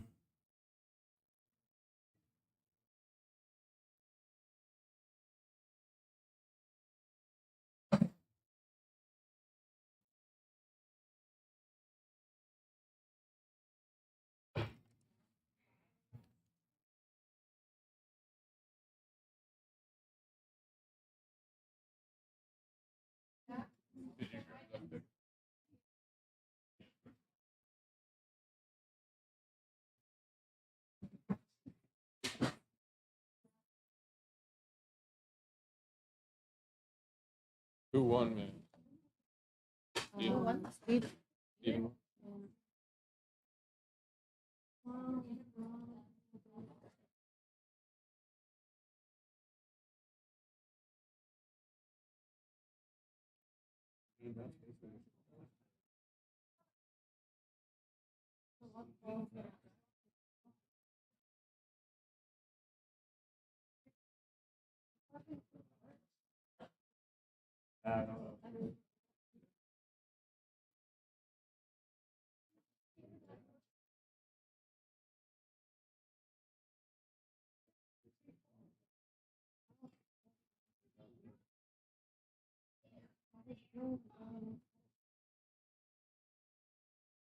I gotta do more. So now what I figured out is how to get a third camera so I can go over the top of the table. No. So that's what I'll be doing next. I just gotta figure out how to get a rig set up so I can hold up the camera.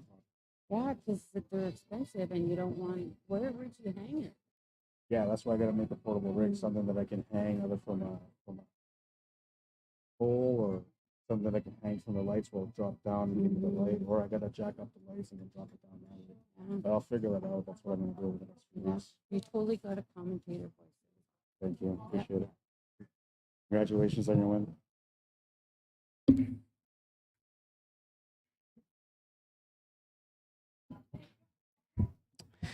All right, so we're just waiting for this match to get going. Check out my angle here. All right, so we're good on the angles here for the table for the championship match. And I just gotta wait to find out if these guys are taking a breather or if they're gonna get going. I'll be right back in a minute.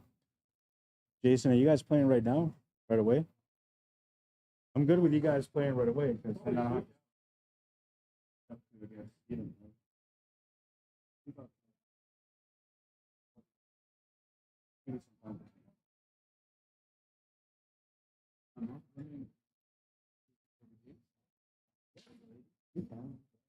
They can do it right here in front of us.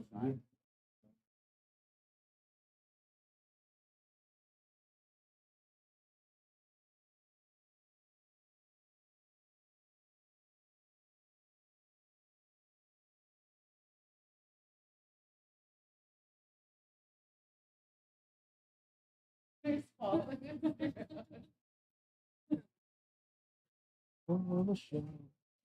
Are you doing where? Right here on this one. Okay. This is one. Okay.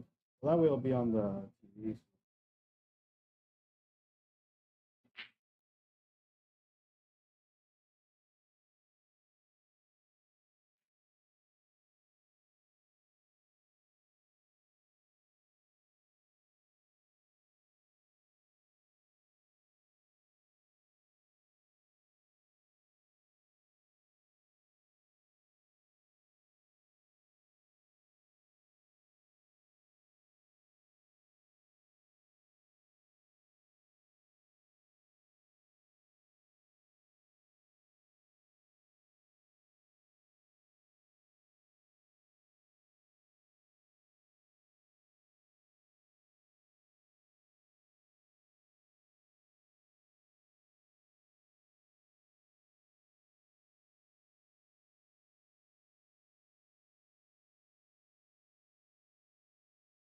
right, so they're doing the presentation for the women's championship right now. And I left them a microphone there in case if they want to say anything on the microphone, or so we can pick up some of the talking. And then from there, we're gonna move into the championship match for the men's division. We're just waiting for Stephen Holm to come back. Jason Kashayinu is just warming up, taking some stroke shots to get going. And well, we're gonna wait for these guys to get this going here for the presentation. Trophy and jackets for the ladies.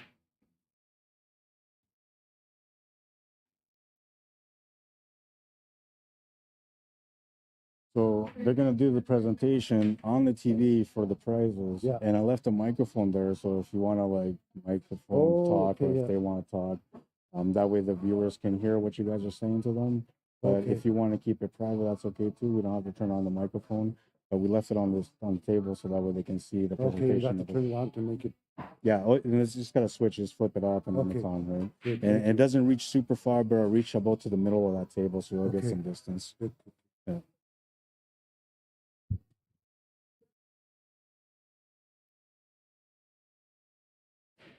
I'll take down the championship match sign right now because we're going to do a presentation right now. And we'll set that up here.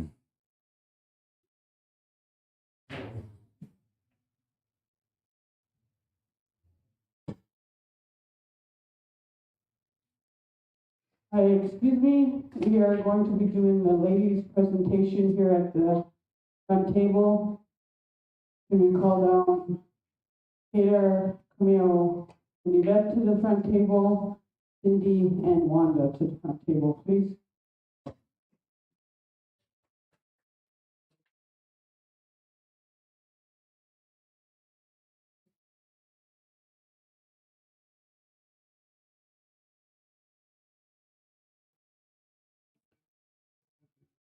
This is the women's division trophy presentation that's coming up right now.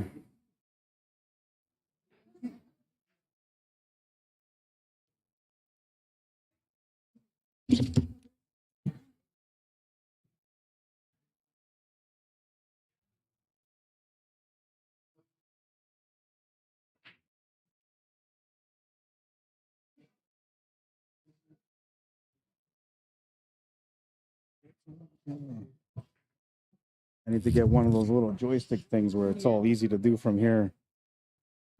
I'm still working hard.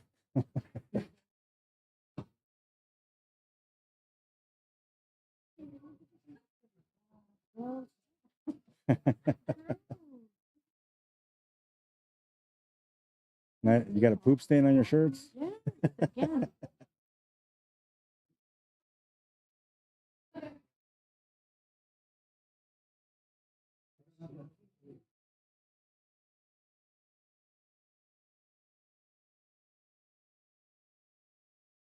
Camille Capo is going to make a presentation here.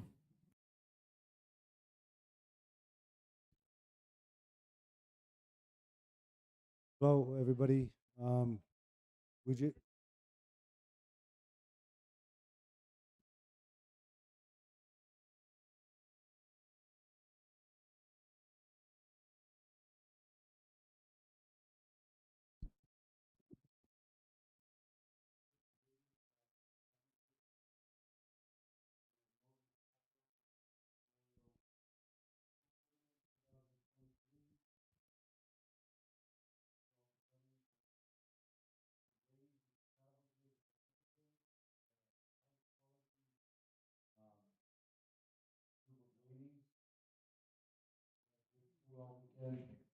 Like I said, we're very grateful to Kay, honoring my son, Moses, his memory. I know he was, here with us. Tournament, I think he was present. He was always trying to help people, trying to encourage them. That's how he was, and I know he was here, he too. And even when we make a joke and laugh at the situation, and get excited, you know, I know he was here, so thank you for coming to honor my son. I really appreciate it. So with that, what did you want to present? I think you're going to mention Lisa. Oh, she's gonna do that, right?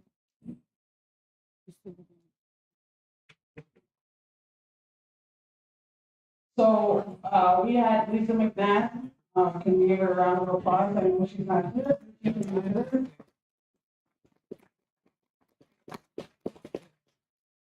And then we have Wanda Prince, sorry, not Wanda Prince. Thank you. We have you for second here. Where's the camera for the, can the camera pick that up? Probably not, eh? Can the camera pick this up? They were asking if the camera can pick it up. I don't think there's good lighting. Can we take you a picture of all of them? You know, Right on live. The second prize is how much? second prize is $700. Thank you, Wanda Prince.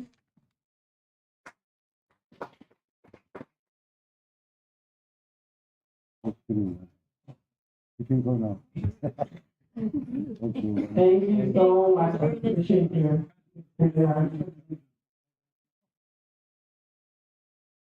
And the champion? And our champion for the women's division with a trophy, a jacket, and $1,500 is Cindy Maniquated. Can you get the, can the camera pick this up? Great. In the camera, because you might have to. No, that's good. The camera did go. There you go. You already have a jacket. Oh, hey, oh.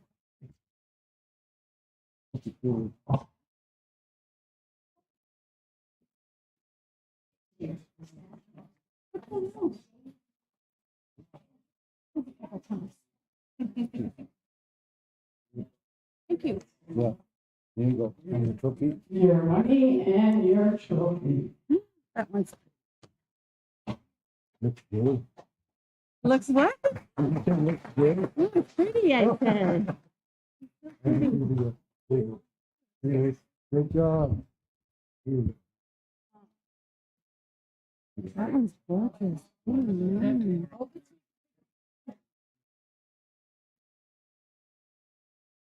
$1,500. Thank you for coming out. So again, that's $1,500, a trophy and a jacket. Thank you, Cindy, for coming, and thank you for all the players in the women's division.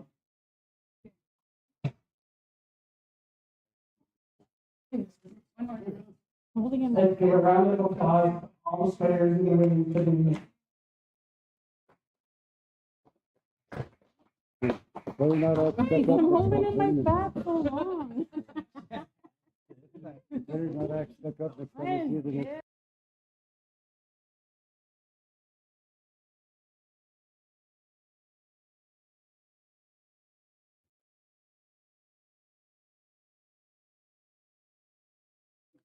All right, so that was a presentation for the women's division.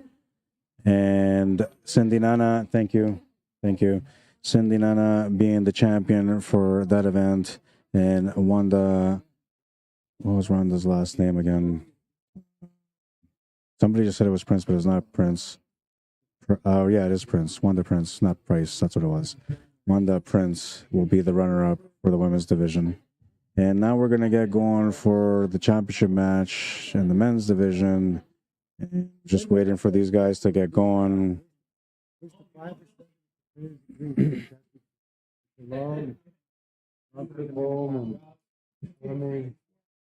That's the main table, okay? Yeah, because both cameras are on that table. And it's storming, and it's storming all the way to Alberta. So what are they doing? Race to 5? You might, because of the storm and everything else. Oh, but this is the Hey, Dr. Singer. This is the championship. This is the last match for them. What's up to them? 7 will be okay.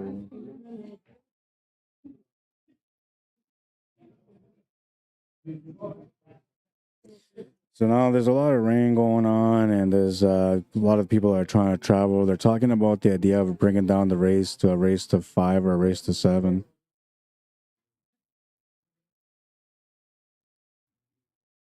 So they're all discussing right now to figure out what they're going to do, but it's going to be a shortened race for the championship match, it looks like.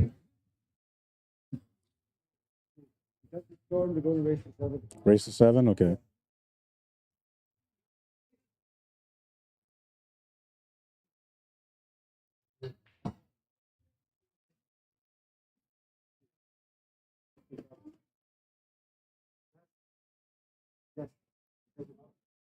Due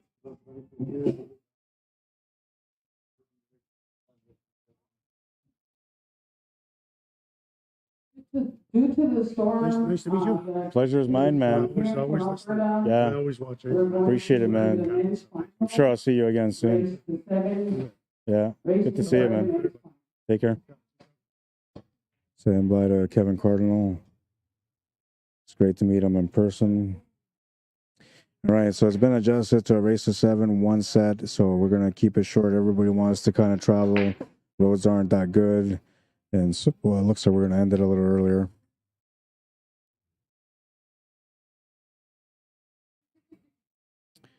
All right, so we're officially in the championship match now. Jason Kashayinu versus Stephen Holem.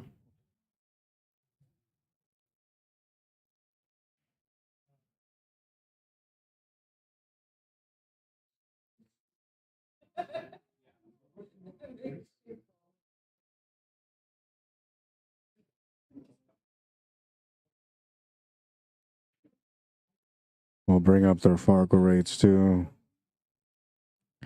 Jason Kashayinu with a 708 Fargo. Stephen Holem with a 764 Fargo. So in a handicap tournament with Fargo rating, it would be a 1-game difference up to a 2-game difference between them. That tells us that if Jason Kashayinu is to win this match, it will be on the hill. And if Stephen Holem wins the match, it should be like a 7-5 win. Or a 7-6 win. Technically, it should be a 7-6 win, but we'll see how it plays out in this match. Makes the hit on the 2, but he's going to scratch the cue ball.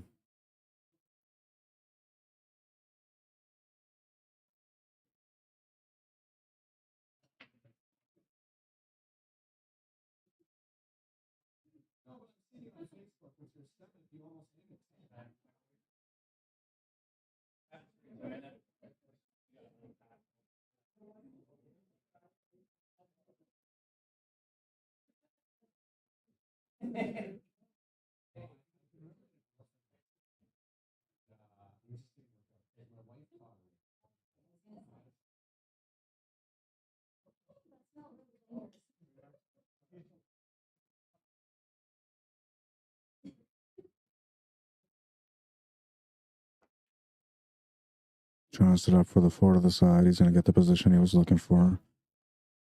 He's going to draw back now for the 5 ball to make the 5 ball in the other side pocket. Needs a good line here so he can hold shape for the 6 ball also.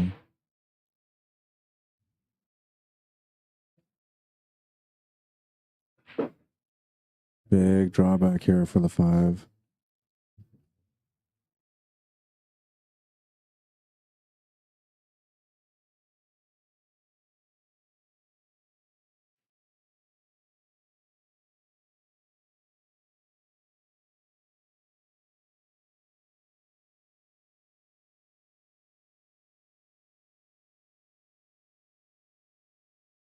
Five to the side is good. He's got position for the 6.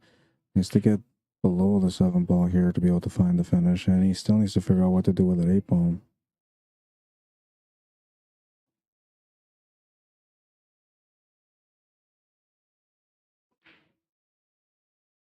He missed the shot on the 6 ball. It's going to give Steven a chance here to be able to get on the scoreboard first.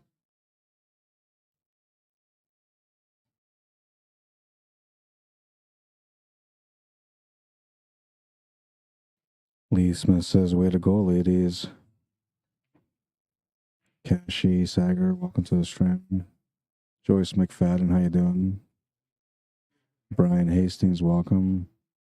Deminda Prabhath, welcome to the stream. Tony Cappo, welcome to the stream. Also played in the tournament. Alcombi Show, welcome to the stream. Dayal Nayak, welcome to the stream as well. Hope everybody's having a good weekend so far.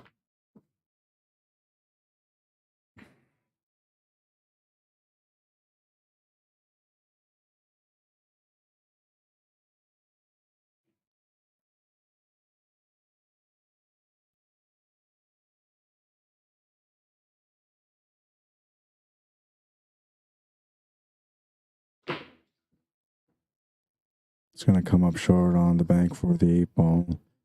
We'll return the table back to Jason Kashayanu, who will have a chance to steal this first game after all.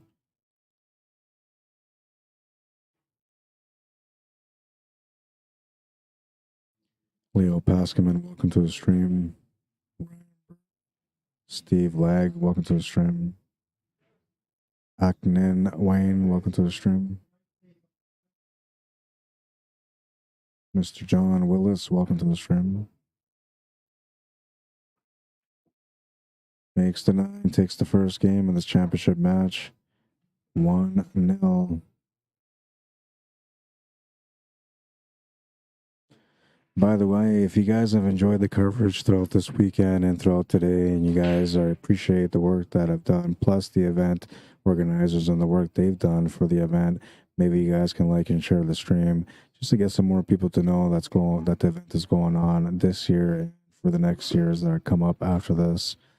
It's a good way to let people know what's going on here in Moose Jaw, Saskatchewan.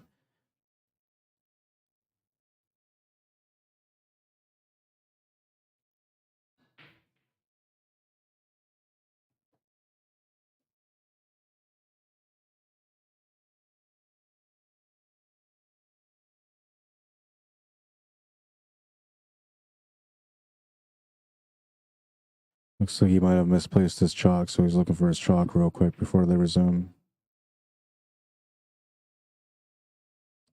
And on that note, at the same time, I would like to take a second here to thank everyone that joined the stream throughout the weekend, who supported the stream by liking and sharing the stream.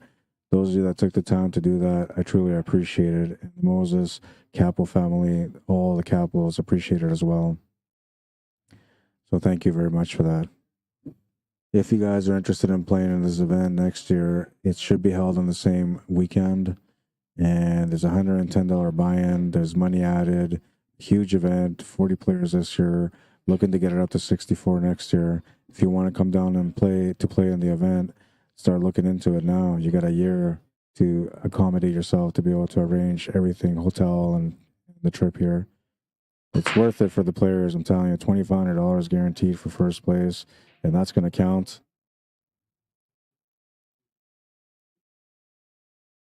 Yeah, so the bottom 4 count, the top 2 don't.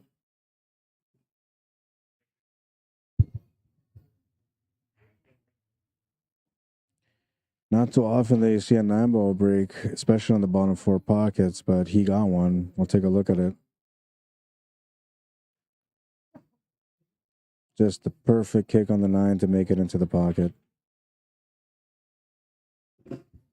It is the only golden break of the entire tournament so far that I've seen since I streamed. If there were any other golden breaks, I never heard about them, but that's the first one that I've witnessed so far. There was a golden break that I've seen, I believe it was earlier today or yesterday, but it went to one of the bottom corners here on our screen, which doesn't count. It only counts on the top 2 corners of our screen and the side pockets, and that's where Jason Kashayanu, who just made the 9-ball, was in the top right corner.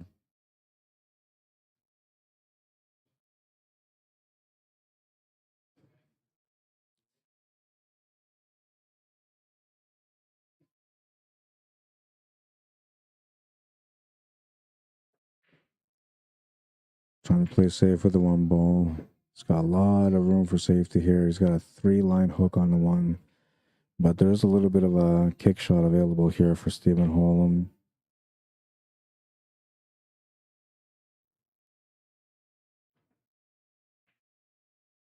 And he does play into the 1 ball, but he's left the 1 ball available for Jason. Jason off to a quick start in this match with a 2-game lead.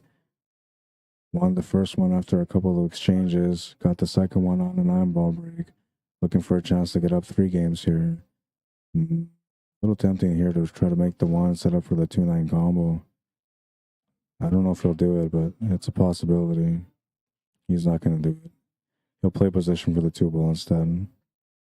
It's a little bit of a gamble if you go for a combo, you don't make the ball. Better just to use your skills and get the finish instead.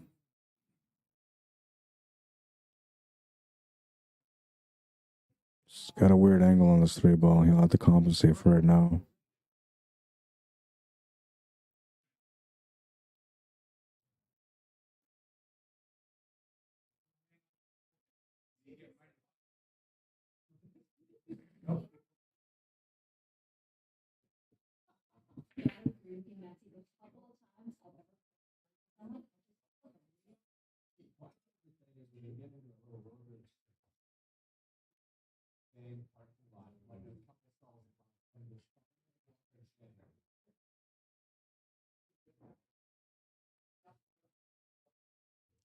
The 4 ball is sitting just above this 3 ball, below the 6 ball, between the 6 and 5.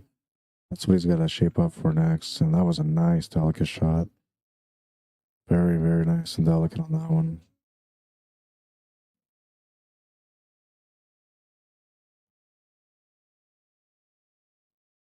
He's got to make a choice here whether to go to the side with draw or to go to the corner with a stun angle.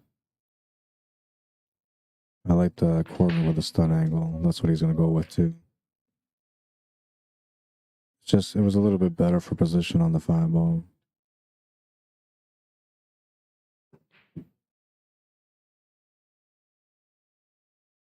Looking at the finish line on this table now. Still has to come up with a good shot from the 8 to the 9.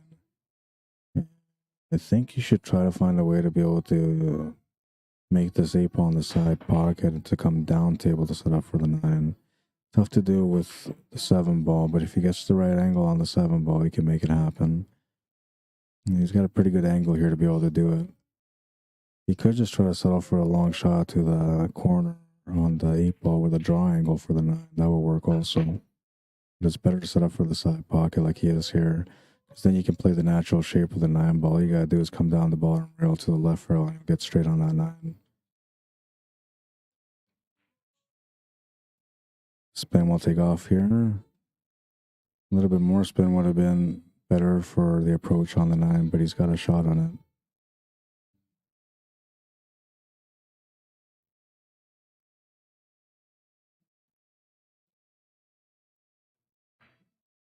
Oh, he's going to miss the 9 ball. He's got it past the side pocket though, so he's left holding a shot on the 9. He'll have to earn the win. I think he wasn't comfortable with the position that he got on the 9 ball, and instead of shaking it off and resetting, he decided to go through the motion anyway, and then he came up short. Pool players do it all the time. HOLEM with a shot on the 9, he makes it. 2-1.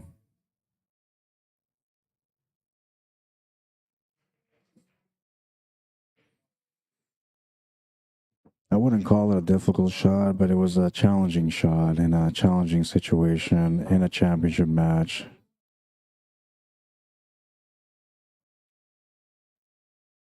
And we're going to move into rack number 4 now. Jason will be breaking on this one. Robert Griffith, welcome to the stream. Devro Abdi, Justin Delorme, Warren Sampson, welcome. Sharon Patagan, Mary Lou Rafford, Minaj J, welcome to the stream, guys. Dan Fatino, Ryan Spence, Brock Simon, Nick Carlson, welcome. Rack number 4. He's got a 1-game lead, looking to make it 2 and a short race to 7. The only reason why they decided to cut the race short is because the expectancy was that we're going to be finished by 6 or 7 o'clock. It is now 8:30. So if these guys played a full set, they would have been running it till around 10:30. And then by the time everybody gets done up here and gets in their cars and starts driving, it's now 11 o'clock at night. And it makes it a little bit more difficult for you to travel, especially with the weather conditions.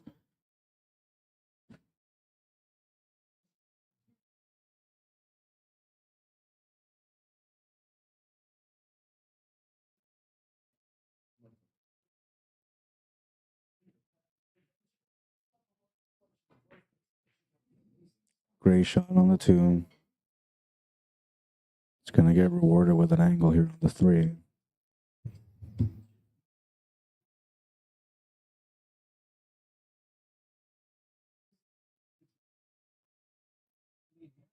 But he's going to miss the 3. This is a nice cut on the 2 ball. Unfortunate that he missed the 3 ball after that.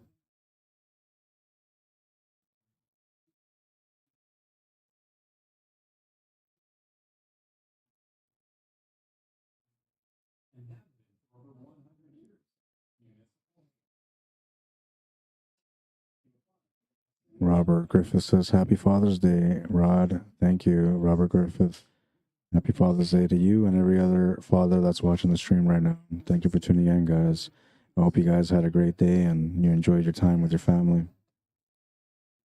I'll be enjoying my time with my family after this event is done and I take down my equipment. And hopefully we can find a place somewhere here where we can go get something to eat and have a little celebration. Not that we ever really celebrate Father's Day or Mother's Day, really, but we try a little bit for the kids.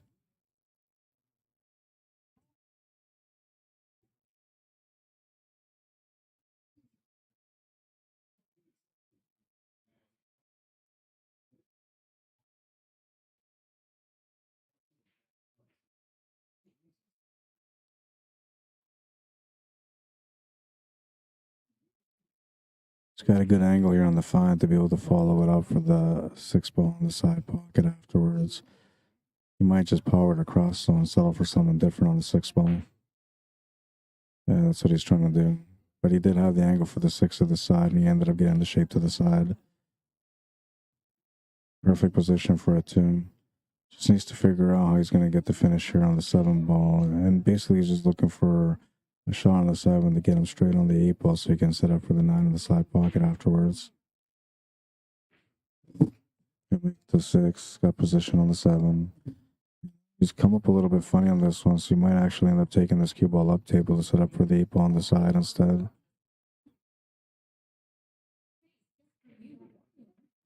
As long as he doesn't hit that 9 ball, he should be all right. Oh man, he hit that 9 ball. The only thing he didn't want to do, kick shot coming up here on the 8 ball.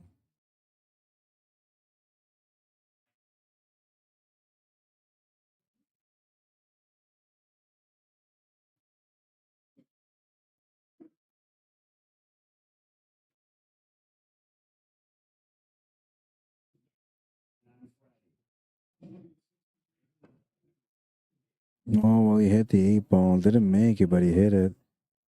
And he just avoided the scratch, but he's left the 8 ball to the side pocket anyway. HOLEM will get a chance to tie things up.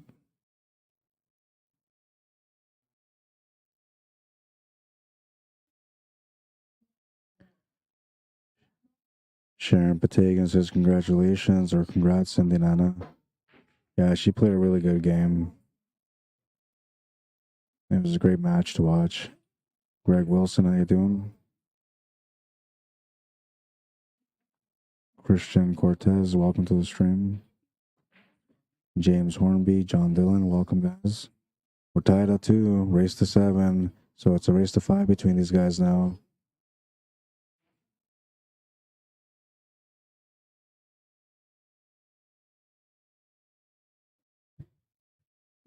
By the way, if you guys are enjoying the coverage and you guys haven't gone to my YouTube channel yet, you can go check me out on YouTube under Rod Arriagada /CSL Manitoba. Make sure you guys subscribe to my channel if you guys go over there. You don't have to, but I would appreciate it if you guys did. I'm trying to get to 1,000 subscribers, and the best way I can do it is by viewers like yourselves subscribing to my channel.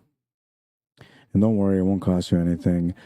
All it means is that if I get to 1,000 subscribers, I get a chance to be able to monetize through advertising, through other companies, not through people. So if you subscribe to my channel, it's not going to cost you anything. But I would appreciate the support. And I'll speak good words for you in heaven when I go up there, if I go up there. I say if because I had a shady past. I feel like I'm worthy of going to heaven still, though, but I don't know. It's up to the big man. He'll decide when my time comes. But I will put in a word with you, even if he sends me down.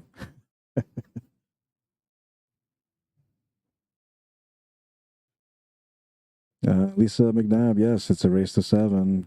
So it was supposed to be a race to 11, and it was race to 9 on both sides. They cut it down to a race to 7 because of the weather out there, and everybody's got to travel. We got people traveling through Saskatchewan, people traveling to Manitoba, and people traveling to Alberta. And there's people still here that are watching this match because they want to see who wins the championship. And so it kind of became a thing, consensus between everyone that a race to 7 will be okay for the championship match. It shouldn't happen again next year. because they'll be a little bit more organized as far as the scheduling of the matches goes. This was their first time doing it, and I gotta tell you right now that I gotta give them credit. They've done a really good job for the first time, them organizing and running an event, a classy event like they have so far for Moses CAPPO. And I mean, they went all out: trophy, jackets, money, everything that you can think of, mini tournaments throughout the entire weekend, making sure that everybody was able to have fun while they were waiting for the next match. I'm telling you, and then the TDs, they did such an incredible job in the tournament. They look like professionals by day two, and this was their first time ever doing this kind of stuff. So hats off to the CAPPO family and everybody involved, the volunteers that took the time to be able to help organize the event, that took the time to help run the minis, took the time to run the event altogether through the brackets, the referees, the players, of course, because without the players coming out, the event couldn't have been a success. So big thank you to the players. I'm sure they're going to thank the players a little bit later as well. And let's not forget about the viewers. The viewers have done a great job by tuning in, supporting the event, and liking and sharing the event.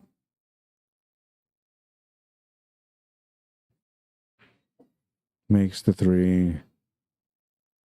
It's got a small window for the 4 ball between the 6 and the 9. He's got to hit the spot. And I don't know, it kind of feels like he should run into the 5 ball here, but he's going to try to avoid it, and we'll see what he comes up with. But if he avoids it, there's a small chance he might end up with a 5-9 angle. Though I don't think that's what he wants to do, and it's not. Usually good players like this don't go chasing the 9. They usually try to find the finish. Unless it's like a difficult table where the out is difficult. In that case, they might go chasing the 9, but usually they don't.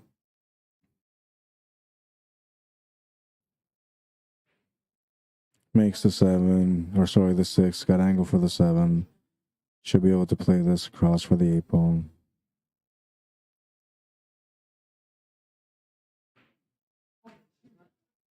It's going to end up with a bit of a back cut on this 8 ball, but he should still be okay.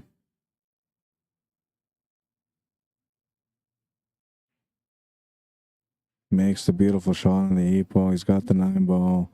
HOLEM says that's good. 3-2. Jason Kashayanu taking the lead. So far, the only undefeated player in the event. Had a showdown with Jason KLATT in the A-side final and beat him in that match. And well, he's been waiting for the winner of the B-side to come through, and it looked like it might have been a rematch between KLATT and Kashayanu, but instead, Stephen HOLEM came through with a crazy jump shot to be able to win that match, and that is the reason why he's here in the championship match.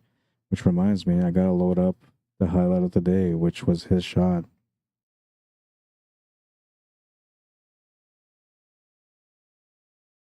There was a few great highlights today, but that last jump shot that he made for the win, HOLEM, was a beautiful, beautiful jump shot.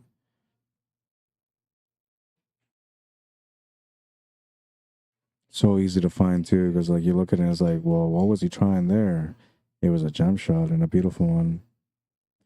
Moving into rack number 6 now. Jason smashes the rack. He'll make the 6 ball. You'll have a shot on the 1.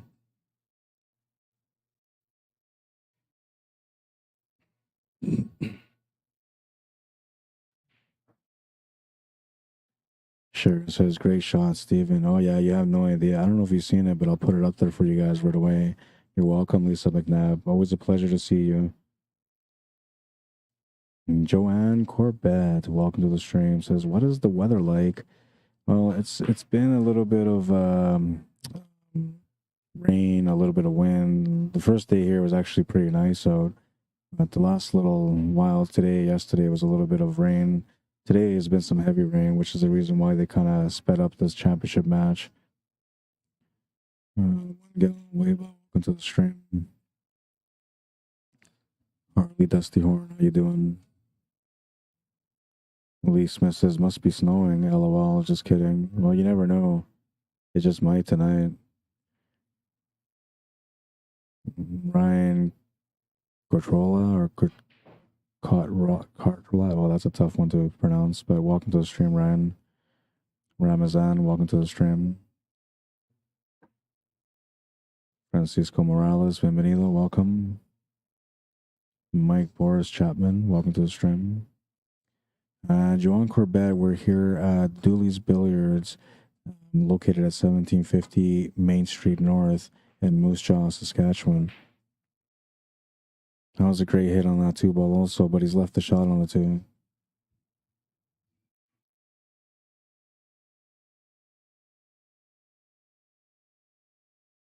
It was in tight for the hit, and he hit it perfectly.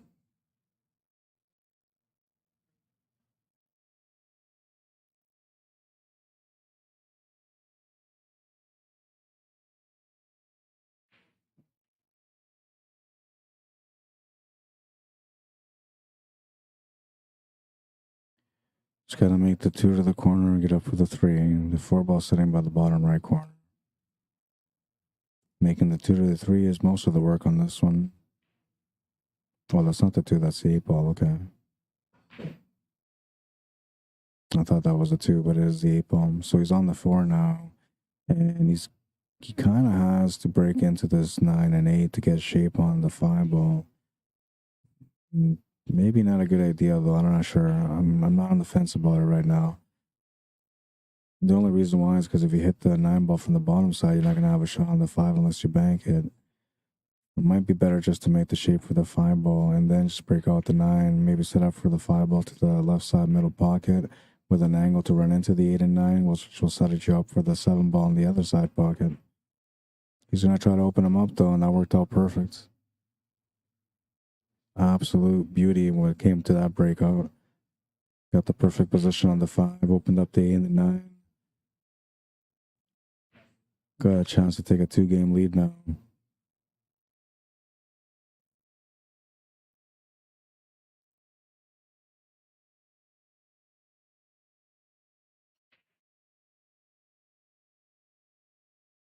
Makes the 7, has a shot on the 8-ball.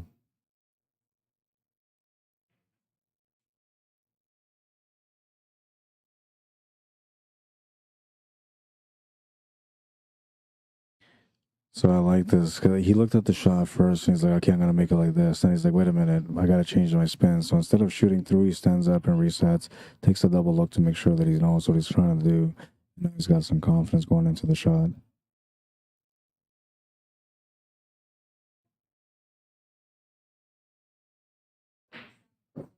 Makes the shot to the corner. He's got the 9-ball.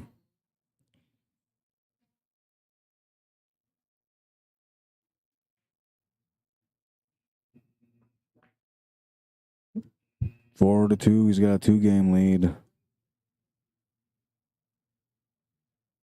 Looking for 3 more to win the championship, to be the only undefeated player in the event.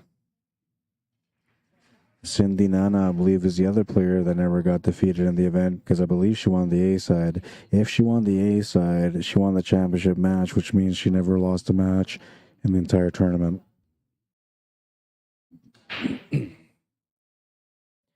That's an honor that not many people get a chance to claim. You're very welcome, Joanne. Mohammed Sinas, welcome to the stream. Q Sports Academy, welcome to the stream.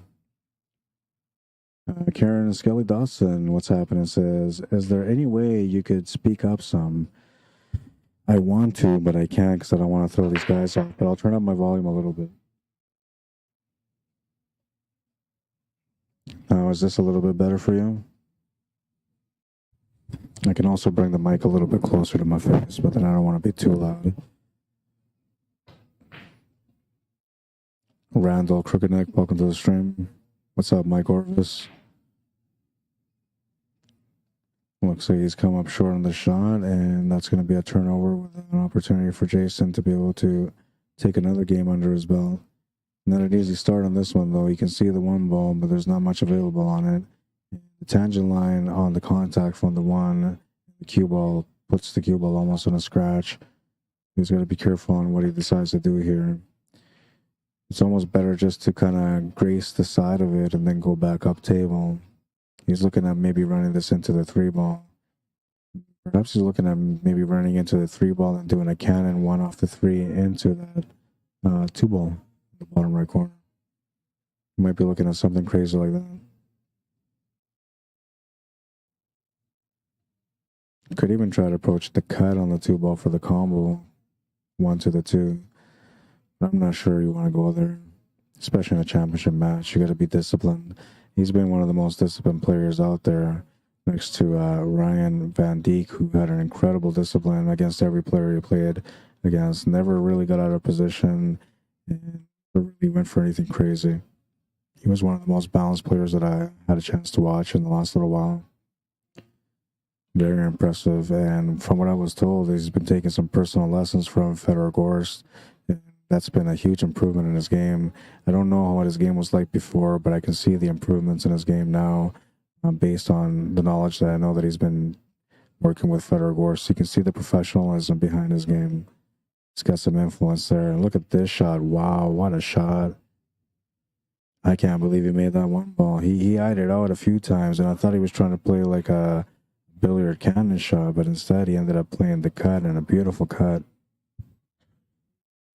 That's a champion's cut right there. I mean, you can barely see any of it. You just say, I'm going to make it, and you do. Clean, too. No horn. Absolute beauty.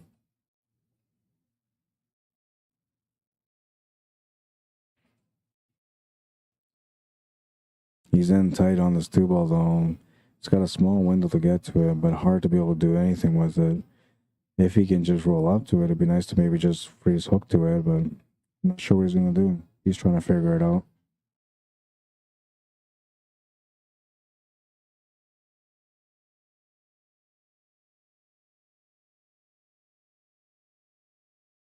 Well, he gets a great hit on it.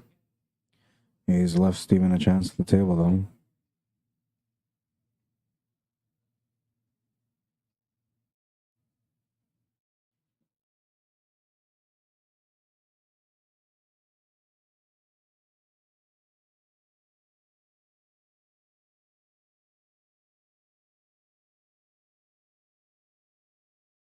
Play safety on this one. Looks like he's got a perfect line on it.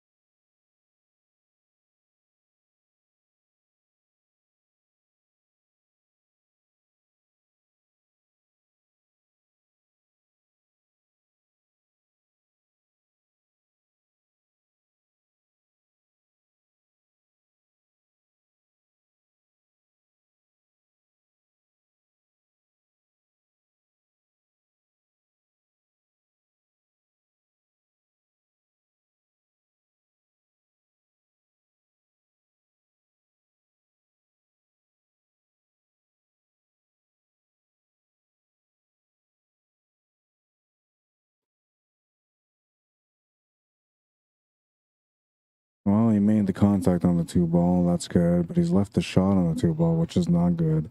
Another thing that's not good is that the 3-ball's lined up with a 2-ball, so this gives Stephen Holem a good chance to be able to get within 1 again.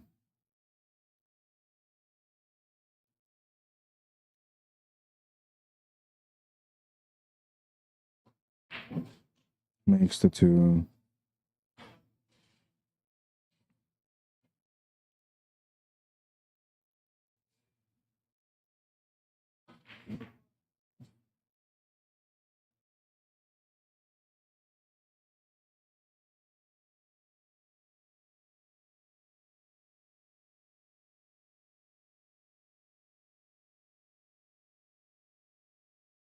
Either wants to get straight on this or have some angle, one of the two.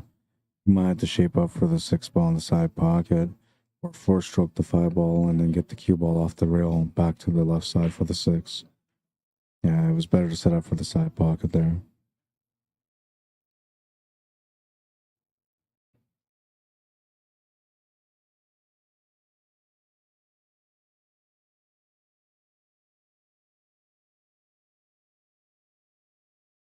Just the 89 remaining.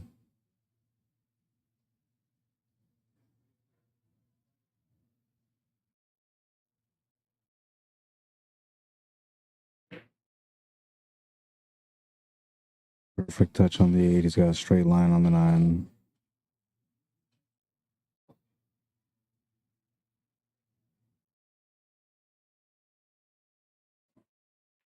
Makes the 9. He's down by 1, 4-3.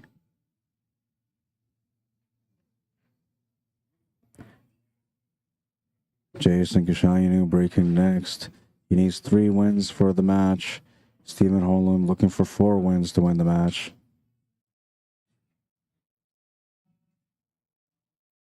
I'm going to excuse myself. I got to go to the bathroom real quick, so I'll be quiet for a couple of minutes while I go there, and I'll be back, and then I'll continue from there. Hopefully I don't miss any big shots while I'm gone. Thank you for liking and sharing the stream, by the way. If you guys haven't, good chance to do it now. This is going to be an exciting matchup. It's the final match of the Moses CAPPO Memorial. Stephen Holem, 764 Fargo rate versus Jason Kashayanu, a 708 Fargo rate. Jason Kashayanu won the A side so far, the only undefeated player in the tournament for the men's division. And Stephen Holem has only lost to 1 person so far. I'll be back.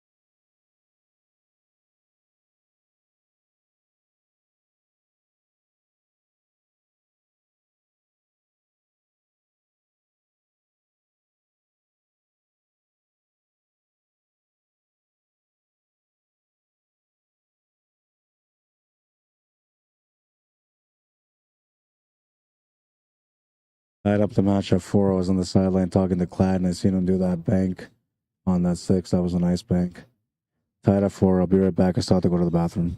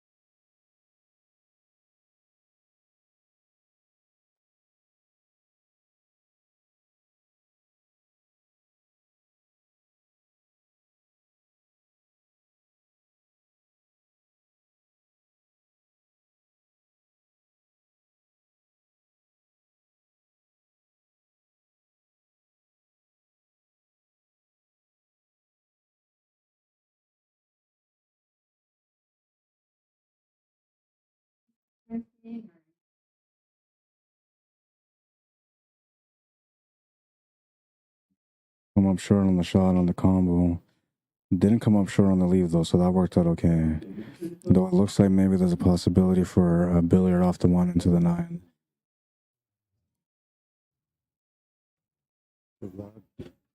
This is a race to $7,000. The difference, right? Yeah. Yeah, it's pretty crazy. Like, Now it's a race to 3. race to 3, short race. But you know, like in the end, like these guys were like taking it to the last game no matter what the race was. So Yeah. it's probably gonna go to the last game.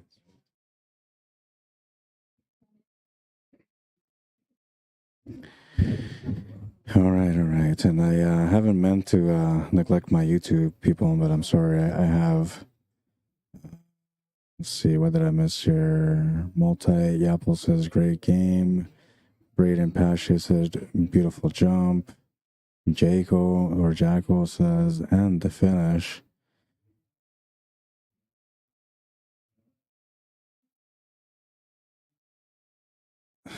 Gord Kerr says, Roger, one of the best guys around.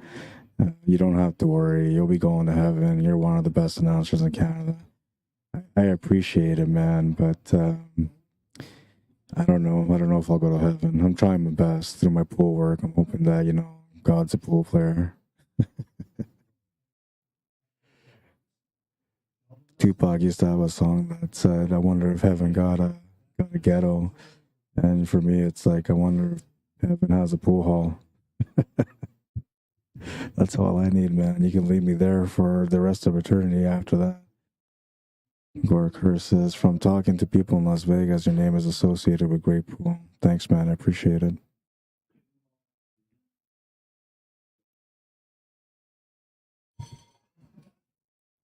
I never really knew what this journey was going to lead, and I still don't really know what the journey is going to lead, but I know that I've come into this with full passion, loving what I do, and feel grateful for every opportunity that I ever get.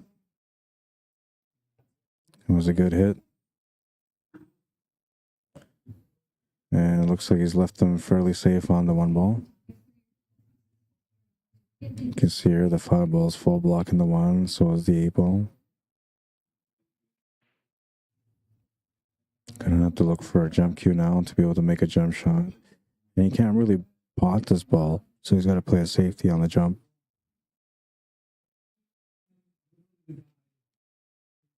I guess I should put the YouTube chat on here just in case, because I don't want to neglect you guys.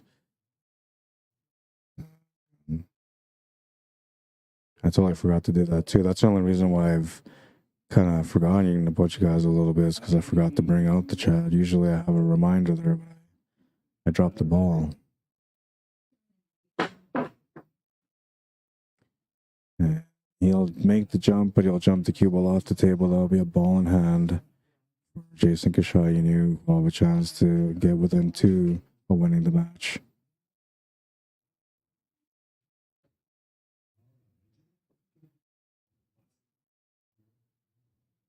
So there's the chat. Oh, there's no chats on there now. Hang on. It always does that.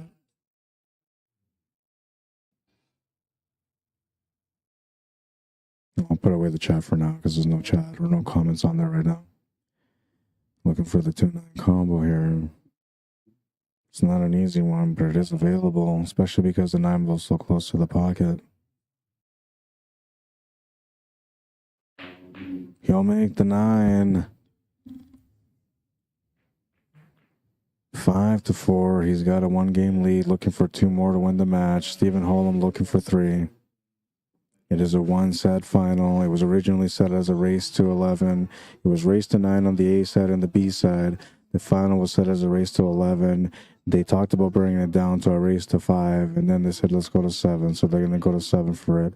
And, well, Jason Kashayinu only 2 wins away from being able to claim the championship for the first Moses CAPPO Memorial. Stephen Holem looking for 3.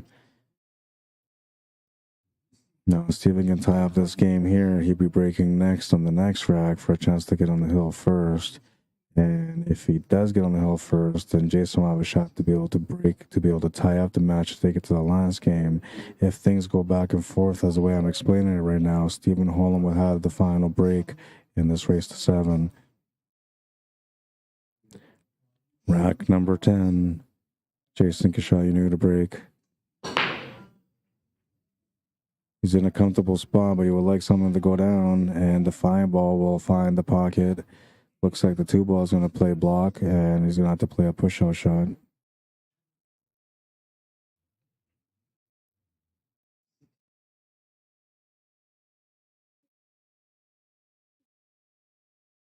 Really sultry voice, says Cynthia. Is that good? I never heard the term sultry. I got to look it up now. I know I've been told that I can put women to sleep through my voice, but I've never witnessed it yet. I've only heard, I've never witnessed it. Sultry. I'm actually looking up the word right now.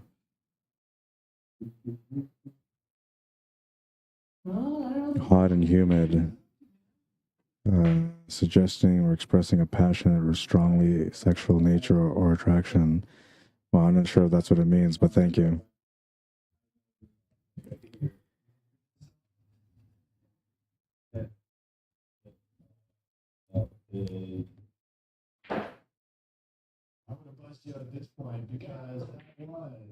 Playing safety using the 7 ball as a blocker, and it looks like he might have given him a little bit of the 1 ball.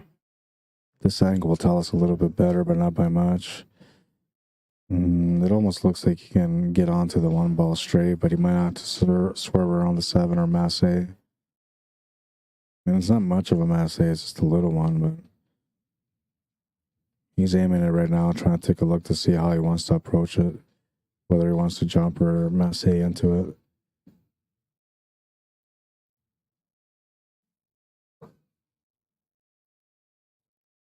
Great attempt, but he's going to hit the wrong ball. It's going to be a ball in hand. Stephen Holem will have a chance to tie up the match now. Oh, like nighttime radio. I kind of figured that's what you meant, but I never heard the term before, right? So, but yeah, thank you. I appreciate it. I'm a late night kind of person. I'm usually up late, working late. So, you know, you might as well give me a microphone and a radio station. I can do it all night.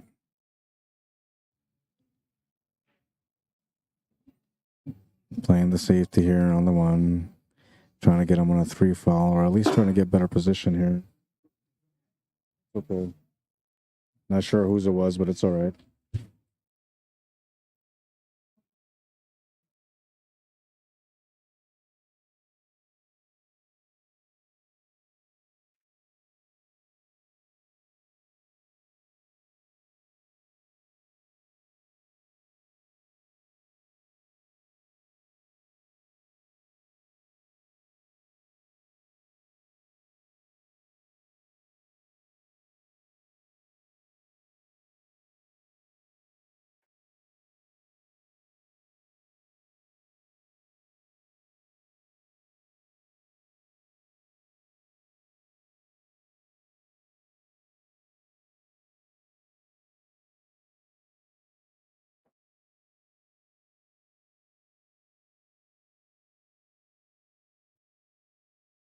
There's a little incident with the camera, so I have to go over there and take care of it real quick, but it's all good. At least I think it's all good.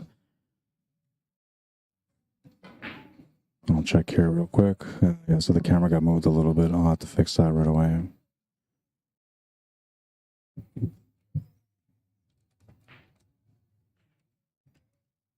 I'll wait till after this rack is done for me to do so.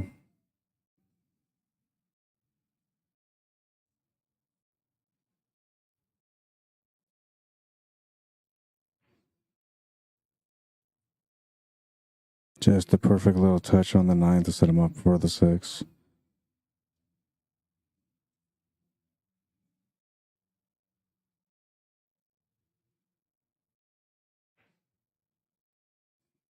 We'll make the billiard into the 8 ball. Just a straight follow through shot here to make shape for the 7 ball in the top right corner. Just wants the angle from the 7 to get down to the right side of the 9. It's gone pretty good on him. Would have liked a little bit more angle than that, but he can make this angle work for him.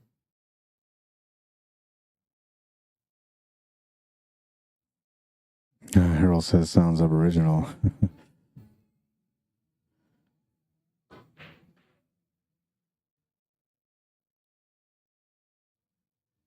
Just for the record, I am Spanish, but I was raised with Aboriginal people and I work a lot with First Nations communities. But I am 100% Spanish. Both my parents come from South America, from Chile. Great finish to that one. Tied it up at 5, and I got to go fix my camera now while they're racking this one up. Change this here. This is the reason why most streaming companies have multiple people working for them, because right now I'd be telling my guy, hey, go fix that camera. But instead, I got to go fix it. I'll be right back.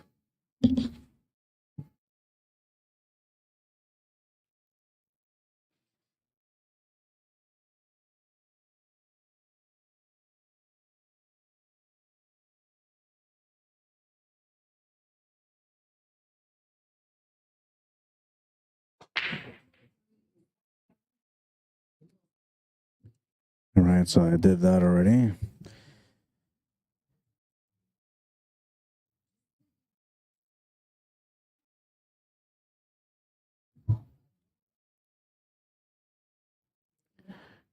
Darla Sevilla says, let's go, Steven. Mark Hood, how you doing?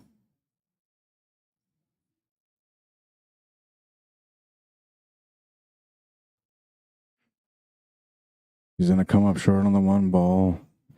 Not too often that he makes mistakes, but the reason why he came up short is because he was trying to get a little bump onto that 2 ball. And he just missed that bump on that 2 ball, which actually might have helped him in the long run, but we'll see. Steven will be able to spin his way into this 2 ball. Yeah, if not, he can at least create an angle, which is just a very crucial rack on this one. Winner of this game gets on the hill first.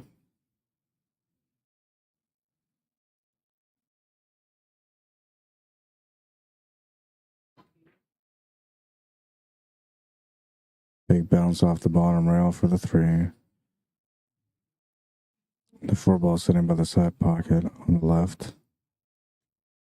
He needs to open up that 6 ball somehow. I don't think he can do it from here, but if he can, that's what he'll try to do. And he's done just that. Forced the cue ball over just enough to open up the 6. He's taking a peek to see if that 8 ball goes past the 9 ball. He'll be a little bit tough on this one too, shooting over the ball. The only thing that helps him here is that the shape for the 5 ball is pretty natural after he makes the 4.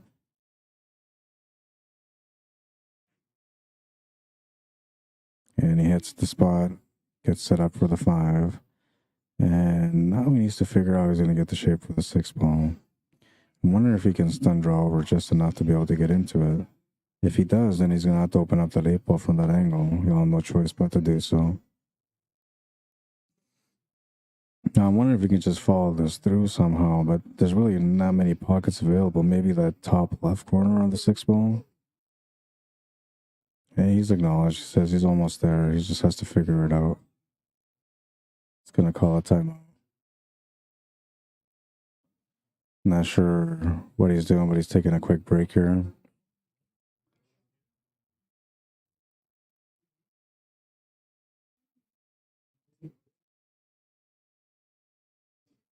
Give him a couple of minutes to come back. Darla says, hey, I'm good. Right on. I'm glad you're doing good. I thought I would see you come out here and play in this event, Darla. Usually see you at all the pool tournaments, playing in all the events.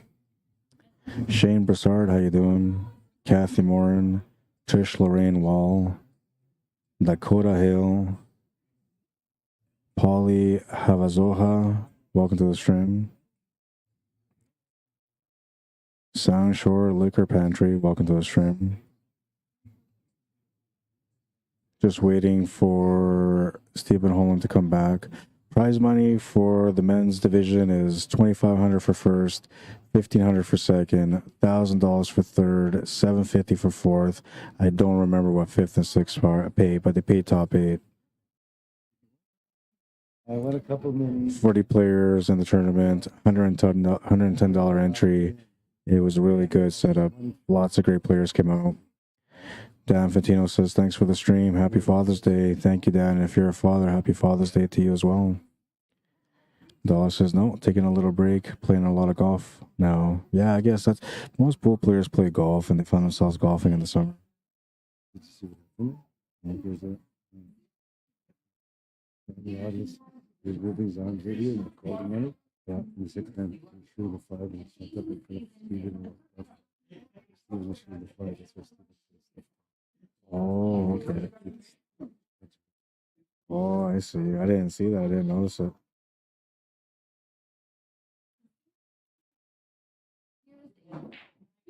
I talked to him, so he's gonna stay back here because he doesn't understand. Oh, yeah.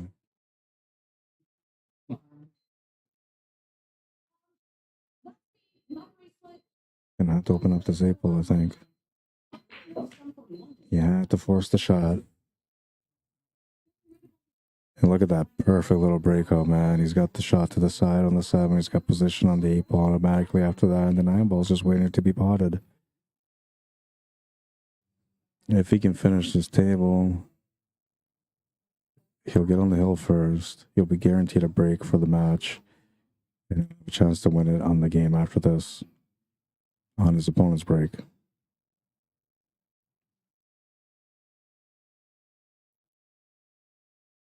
You're very welcome, Dan Fatino. Tyler Laquette, how you doing? Welcome to the stream. Ryan Corcoran, welcome to the stream.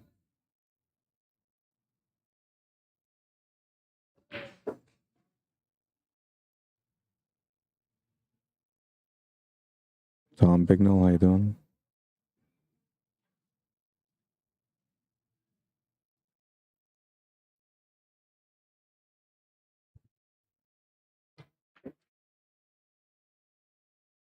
Perfect weight for the 9-ball.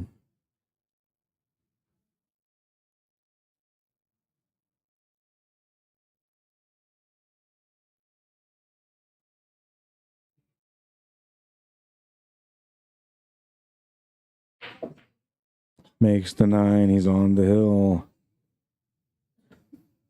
6-5. He's on the hill, and he's got a chance to be the only guy that can beat Jason Kashayanu in this tournament. Jason has not lost to anyone yet. Steven has only lost to one person so far.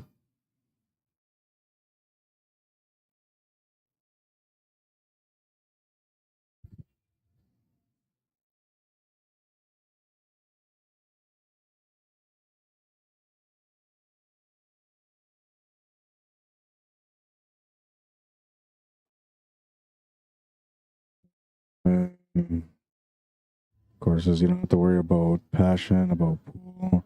There's a few that have the disease we have. That's why I'm going back to Las Vegas for the APA. Smash and break on that one. Makes the 9-ball in the bottom corner of our screen, which doesn't count. If you would have made it in the top corners of our screen, then it counts, or in the side pockets, it counts. And I've only seen one golden break so far in the tournament, which we do have on the replay.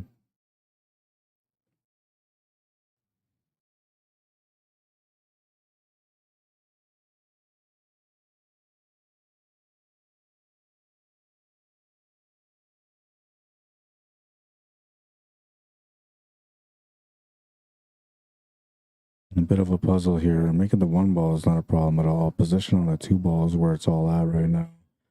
And it almost feels like he has to like stun drag this cue ball back down to the left side of the table to get onto that 2 ball. He's going to have to play 3 rails left to right. He's going to try to stun draw down towards that 2 ball instead. It looked like that was really the only option he had for the 2 ball. I like the way this guy plays. He thinks his shots thoroughly. He doesn't really take too many chances, and he's always confident on his shots. And it doesn't matter whether or not he makes or misses a shot. He's constantly playing the same routine, the same rhythm. Doesn't change his character when he's playing. And a great positional shot on that one. He's going to have to come up with one more, maybe 2 more positional shots to be able to get the finish here. Easy to take the 4 ball to the side, hard to make the 5 ball from there. Taking the shot to the corner can kind of compensate a little bit for it, but then you'd have to be careful not to get hooked by that 9 and 6. So, bit of a gamble on that one. We'll see which way he decides to go, but I like going to the corner.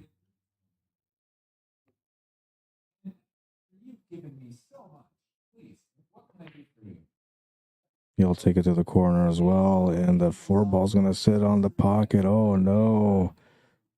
That's going to create a turnover, and Stephen Holem will have a chance to clean up the table for the championship.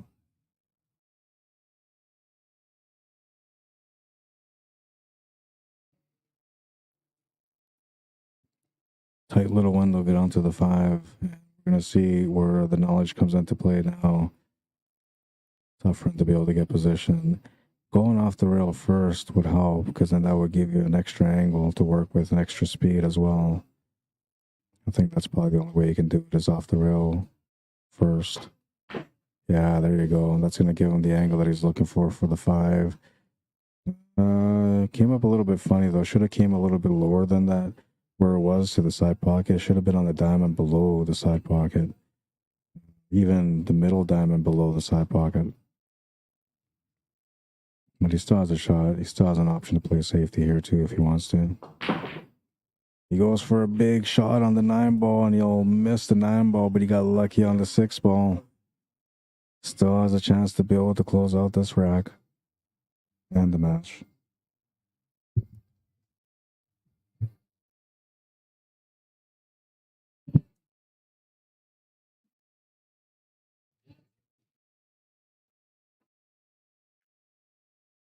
Oh, he's going to come up short on the 5. Not a bad leave, though. He's got a decent leave. Not sure what Chase can do here. Kind of tempting to go chase the 9 ball here, but feel like going to the side pocket might be best. The only thing, though, is if he can't cut it directly into the side pocket and he has to add spin to be able to do so, the 5-ball cut becomes a little bit more difficult. If he can cut it naturally to the side and then use the spin to come off the 9 to shape up for the 7-ball, he'll be all right. If none of those options work, then he has to find a safety shot, and that's going to be a little bit tougher to do, but there are a couple of options to be able to do it. Looks like he's going for the cut, though. He's going to get off the 9-ball. He'll have the shot on the 7-ball. It goes to the corner, goes to the side. He should be taking it to the side here, but your tangent line is going to get you really tight to that 8-ball. And for that reason, you might want to take it to the corner. The corner allows you to follow through on the cue ball to get to the right side cushion, allowing you to have a better positional shot for the 8, which will allow you to have the easier finish on the 9. But the side pocket works. You just have to be careful on how close you get to that 8-ball.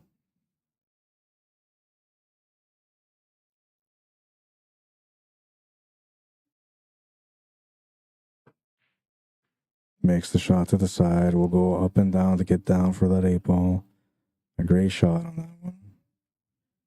And now he's just got to make a good cut and do kind of the same thing that he just did, but instead of cutting to the side, cutting to the corner, going down table, up table, and back down again. Looks like he's trying to spin off the rails here instead. And that was a beautiful shot.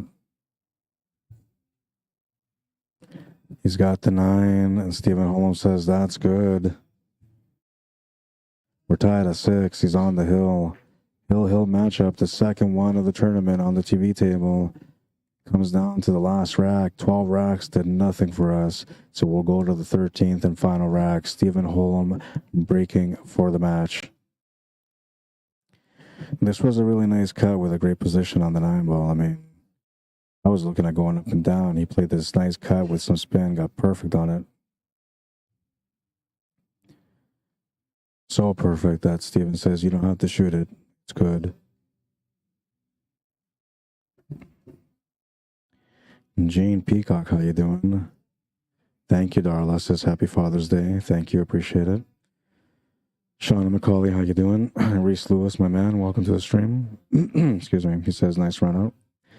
Gene Peacock says that was the problem, taking that ball to the corner. I've seen it rattle a whole lot of times. Yeah, and this table's been doing that. Oh, look at this break. Uh-oh. Look at this break. Dry break. Position on the 1. Perfect angle to come down for the 2. And then the 3-9 is waiting for the finish. It all comes down to making the shot on the 1 ball.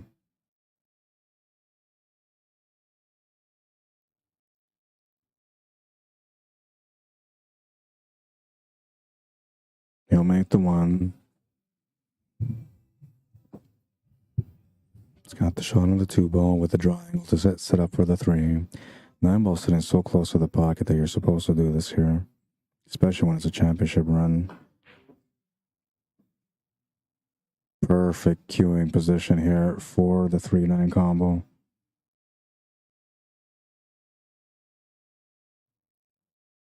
He's measuring it out.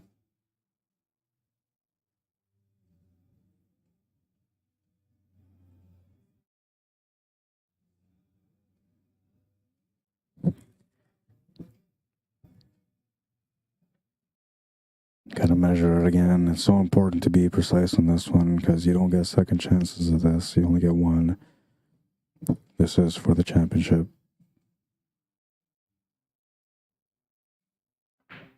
He'll make the 9. And he'll win the event. Everybody claps for that one. That was a great matchup. And great performance from Jason Kashayunu and Stephen Holem, man. Stephen Holem only lost to 1 player in the entire tournament, and now he's lost to Jason. And Jason never lost to a single person at all. He's the undefeated champion for Moses CAPPO Memorial, the very first one. Great job. Amazing finish. What a beautiful finish it was. We'll take a look at that combo again. I mean, it was pretty standard, but it was for the win, so there was a little bit of pressure. He made it look easy. 7-6 for the final score, and that's going to take us, well, we'll bring down the Fargo rate system because we don't need the Fargo rate no more. And take down this and bring out the larger version of that. They're going to do the presentation now, so we'll bring this down also.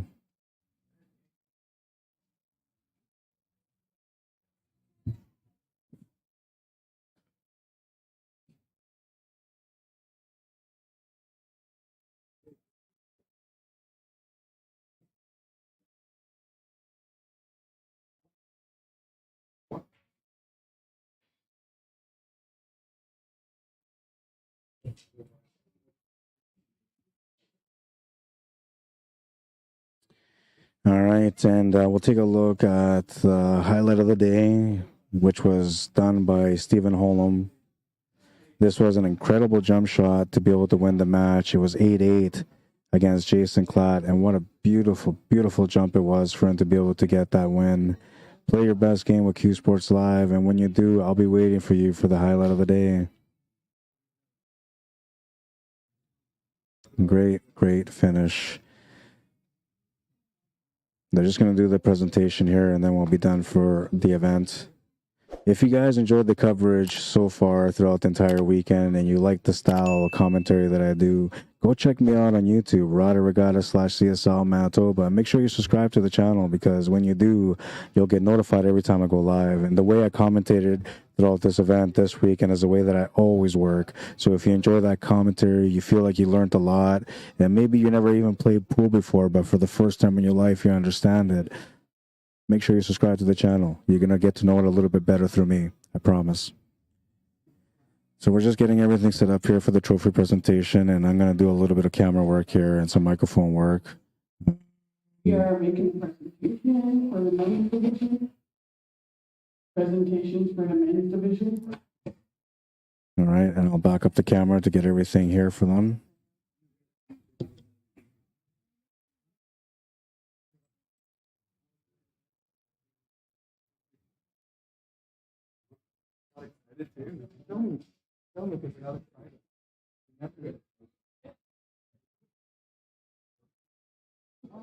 Wait, I'll send it to you.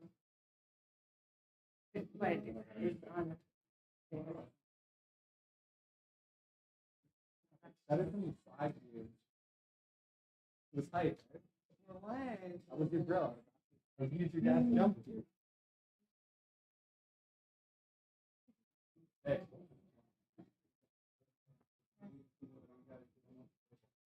You guys are awesome, but, you know, so fresh still. You know, one thing like I don't think it'll ever, you know, like go away or get better, right? Hello, everybody. Well, I guess that concludes our activities for the weekend. A great weekend. We started off Friday afternoon. We have a traditional feast. Can you have your attention, guys? Stefan, Rod, can you get your attention, please? We started the traditional feast for Moses. The indigenous people do that when he passed away. In honor of memory, we feed the people. So we did that. When we came over here and got set up. So yeah, we do those things to bless and bring good things to us. So I think it turned out very well. You know, we have some amazing play with players, so we're grateful for you coming out. If we're going further, I want to acknowledge Cora. You probably see her working tirelessly, just going. She does that all the time. Her mom is the moment I met her. Her mom had 3 businesses, which was a director of Family Child Services, and we just worked like crazy. She still has at least 1 business still operating, and so anyway, when Cora, we go there for the summer. Cora starts working at 6 in the morning, 5 or 6, and done at 9 at night. That's her holiday. If you work like that. And the only player or fun she allows herself, she goes to movies. If she wants to go to a movie, we jump a vehicle. We were trying to make the movie, I don't know to make it. So yeah, she's gonna be a doctor soon this fall, so So anyway, just wanted to acknowledge her and she's going to present the third place to Jason KLATT. We're very grateful Jason came. Him and Moses played the Canadian Juniors. I think they went Hill that time.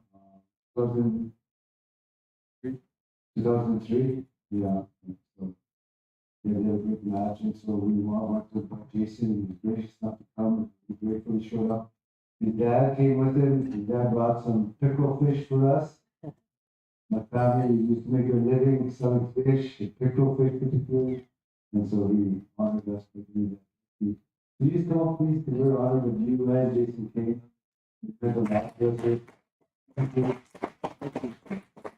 you. Right on time. Here, take a picture. Oh. This one.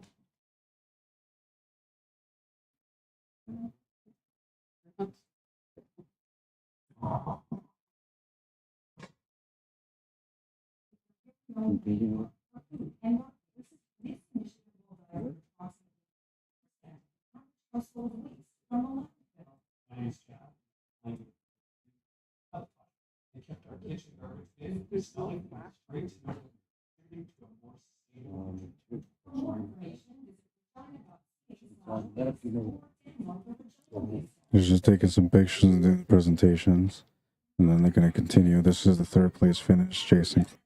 Thank you again. Thank you. It's an honor to have you. Thank you. Won this event in a convincing fashion. Second place went to Stefan. HOLEM. Really great, Stefan. We're honored to have you here. I know you're great friends with Hagar. Thank you for coming and honoring your family and bringing your talent here and showing us the most awesome play. Thank you. And there's a second place for 1500.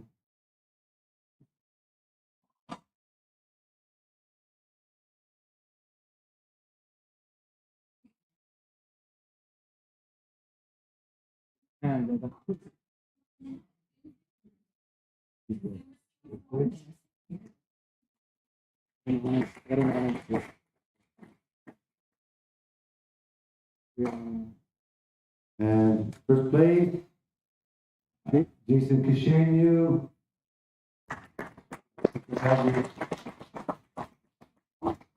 Jason and Moses played each other since they were teens. All back and forth to each other, against each other. Last time they played was in Calgary at the Springs Classic. Remember that? It'd be like 7-2 or Yeah, something. Moses won that 172. So, but they would always go back and forth with money and everything else. So, Jason also is a good hockey player and a good ball player. So he came here and graced us with his presence and his great play. And that he played some awesome pool. He walks around defeated. Yes, yeah. So yeah, we got to lots of great talent here in Saskatchewan, Richard Moose Jaw, the Johnson. With that, everybody wants to get on the road. Peter, can you put the jacket on him, please? You want you to take like that. That's probably good. You thought a heavier guy was gonna win it.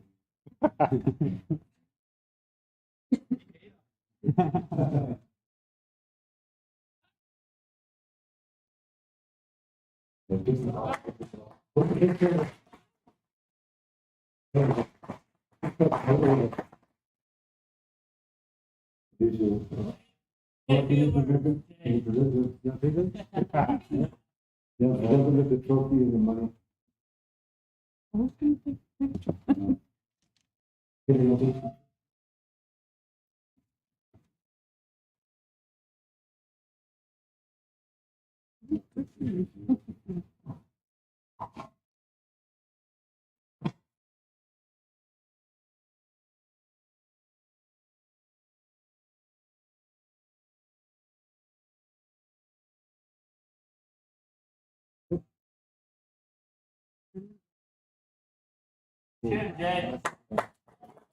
That concludes it. Thank you, everybody. Thank you, Rod, from Q Sports Live. All of that, at your class and everything. So safe trip home, guys. There's a storm out there, so be careful. I heard in Alberta it's really bad. So just try to be careful, everybody. Thank you.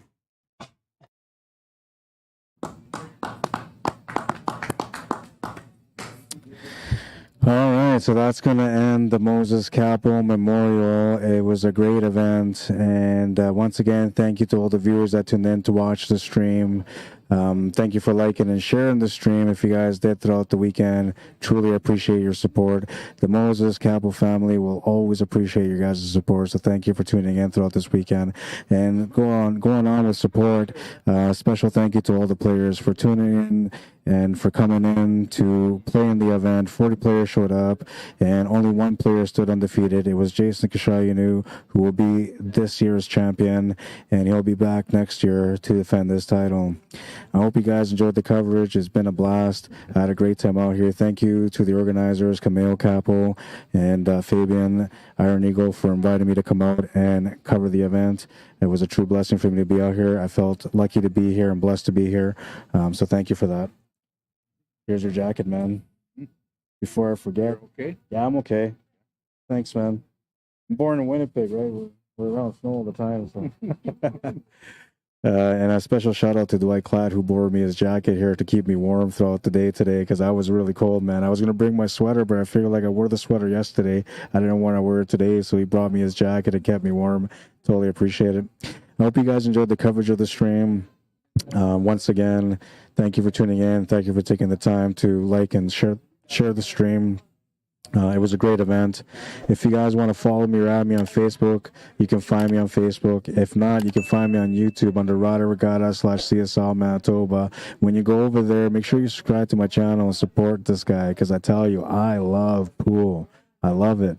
I love it, man. I don't need a tattoo or a shirt to say how much I love it. My voice alone tells you how much I love it.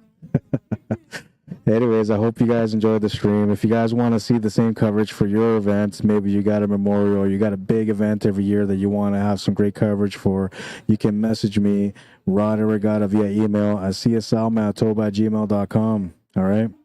And when you guys do give me a shout, I will come out and give you the best coverage that I can give you. It's a promise from me to you. All right? Promise it. And if you guys want to support my work, you can always support my work via PayPal or e-transfer at cslmanitoba@gmail.com. And if you guys are looking for any gear, check out jamupapparel.com for all your latest Predator gear, Salado gear, WPBA gear. And now we have golfing and fishing gear. So you got a little bit of everything from Jam Up Apparel. Go check them out, jamupapparel.com. If there's anything there that you guys see that you want or you want to know more about, or maybe you order something already, just message me, let me know. I'll help you out, all right? And on that one as well, we'll go over here to, where's my buddy here? I gotta find him now. There he is. Steve from Poolaholic. If you guys are looking for some cool gear, pool gear, if you're a poolaholic like I am, go check out poolaholic.com, and make sure when you go there and you buy something for him that you let him know that you've seen Poolaholic on Q Sports Live, because I told him I was going to promote him, and I'm doing my best to promote him. He's a great guy. I got a chance to meet him out in Vegas. Go check out his website, support his work. I'm telling you, he's got some really, really nice shirts, some great hats, a little bit of everything. You want some Talon chalk, you can get that from him too. Anyways, that's going to be it for now. I hope you guys enjoyed it. It was a great time out here. We'll do the highlight of the event one more time. It's the highlight of the day, but technically it's the highlight of the event because it was the best shot of the event. It's Stephen Holem with a jump shot on the 8-ball on a hill-hill matchup against Jason KLATT in a B-side final. And he makes the 8, gets perfect shape for the 9. He wins the match on that one. What a great finish. If you're one of those players that has a great style of play and you want to come down to one of the events where I'm at, make sure you bring your A game, because when you bring your A game, I'll be right there waiting for you for the highlight of the day. Play your best game with Q Sports Live. And well, on that note, we're going to move further on. We'll check out the last highlight. This is the last highlight. It was the combo from the 3 to the 9 for the win. Jason Kishayunu undefeated in the event. A great finish. We'll go to the pool wisdom. If you win, you win. And if you lose, you learn. And then you get better. Word spoken by Lionel Richie, who may not be a pool player, but he's definitely one of the wisest pool players out there. Non-pool player, wise pool player. Because the meaning of this is, if you win, you win. You know, you win. It's no big deal, especially if you do it all the time. Not that big of a deal. If you do it once in a while, you know, that's something bigger. But you don't really gain much from the winning. You just know that you can play. It's when you lose when you learn the most, because now you learn the things you need to work on to become a better player. The more you learn about it, the better it is for you, because then you become the champion within. I'm getting messages which are distracting me right now, so I'm going to try to close out real quick. It's my family, and it's Father's Day, so I got to go see them. And we'll move on from there. In loving memory of Moses Cappo, February 23rd, 1985 to June 16, 2022, a recent passing. A great honor for him in this event, and a great job by everybody involved who organized the event for Moses Cappo. I hope you guys enjoyed the coverage. I will not be back with another stream shortly because I am done for this event. And, well, I hope you guys enjoyed it. My name is Rod Arriagada. If you guys want to follow me or add me on Facebook, you can. If you want to message me to come out to your town to cover an event, I said it already a couple of times, but I'll say it again, cslmanitoba@gmail.com. All right? That's how you get a hold of me. And if you've never watched us before, this is your first time checking us out on Facebook, make sure you guys follow and like our Facebook page. That way you'll get notified every time that we go live. I go live at least once a week, sometimes maybe twice or 3 times a week, depending on whether or not I have training sessions or challenge matches, which is something that I just started last week. But we're going to have challenge matches every week. We're going to have some training sessions for you. All that stuff you're going to be able to find on YouTube, so make sure you go to my YouTube channel to subscribe. You're not going to see it on Facebook. But I will share on my personal Facebook page, so if you add me or follow me on Facebook, you'll get notified that way too, if you don't want to subscribe to my YouTube channel, which I don't know why you wouldn't want to. I love the game, and all you're doing is just subscribing. You're not giving me no money. You're just giving me a chance to make money. And, well, any chances that I make to be able to make some money is better for the pool community, because it keeps me motivated to keep trying to work in this field. And I'm telling you, I love pool, so I'm motivated for life no matter what. But a little bit of success doesn't hurt anyone. Anyways, that's going to be it for now. Don't forget to check out the YouTube channel, our Facebook page, and follow me or add me on Facebook. I'd love to be your friend. That's going to be it for now. I hope you guys enjoyed it. We'll see you guys at the tables next time, which is going to be sometime next week. Until then, have a good night, everyone. I'm Rod Arriagada. We'll see you guys then. Cheers.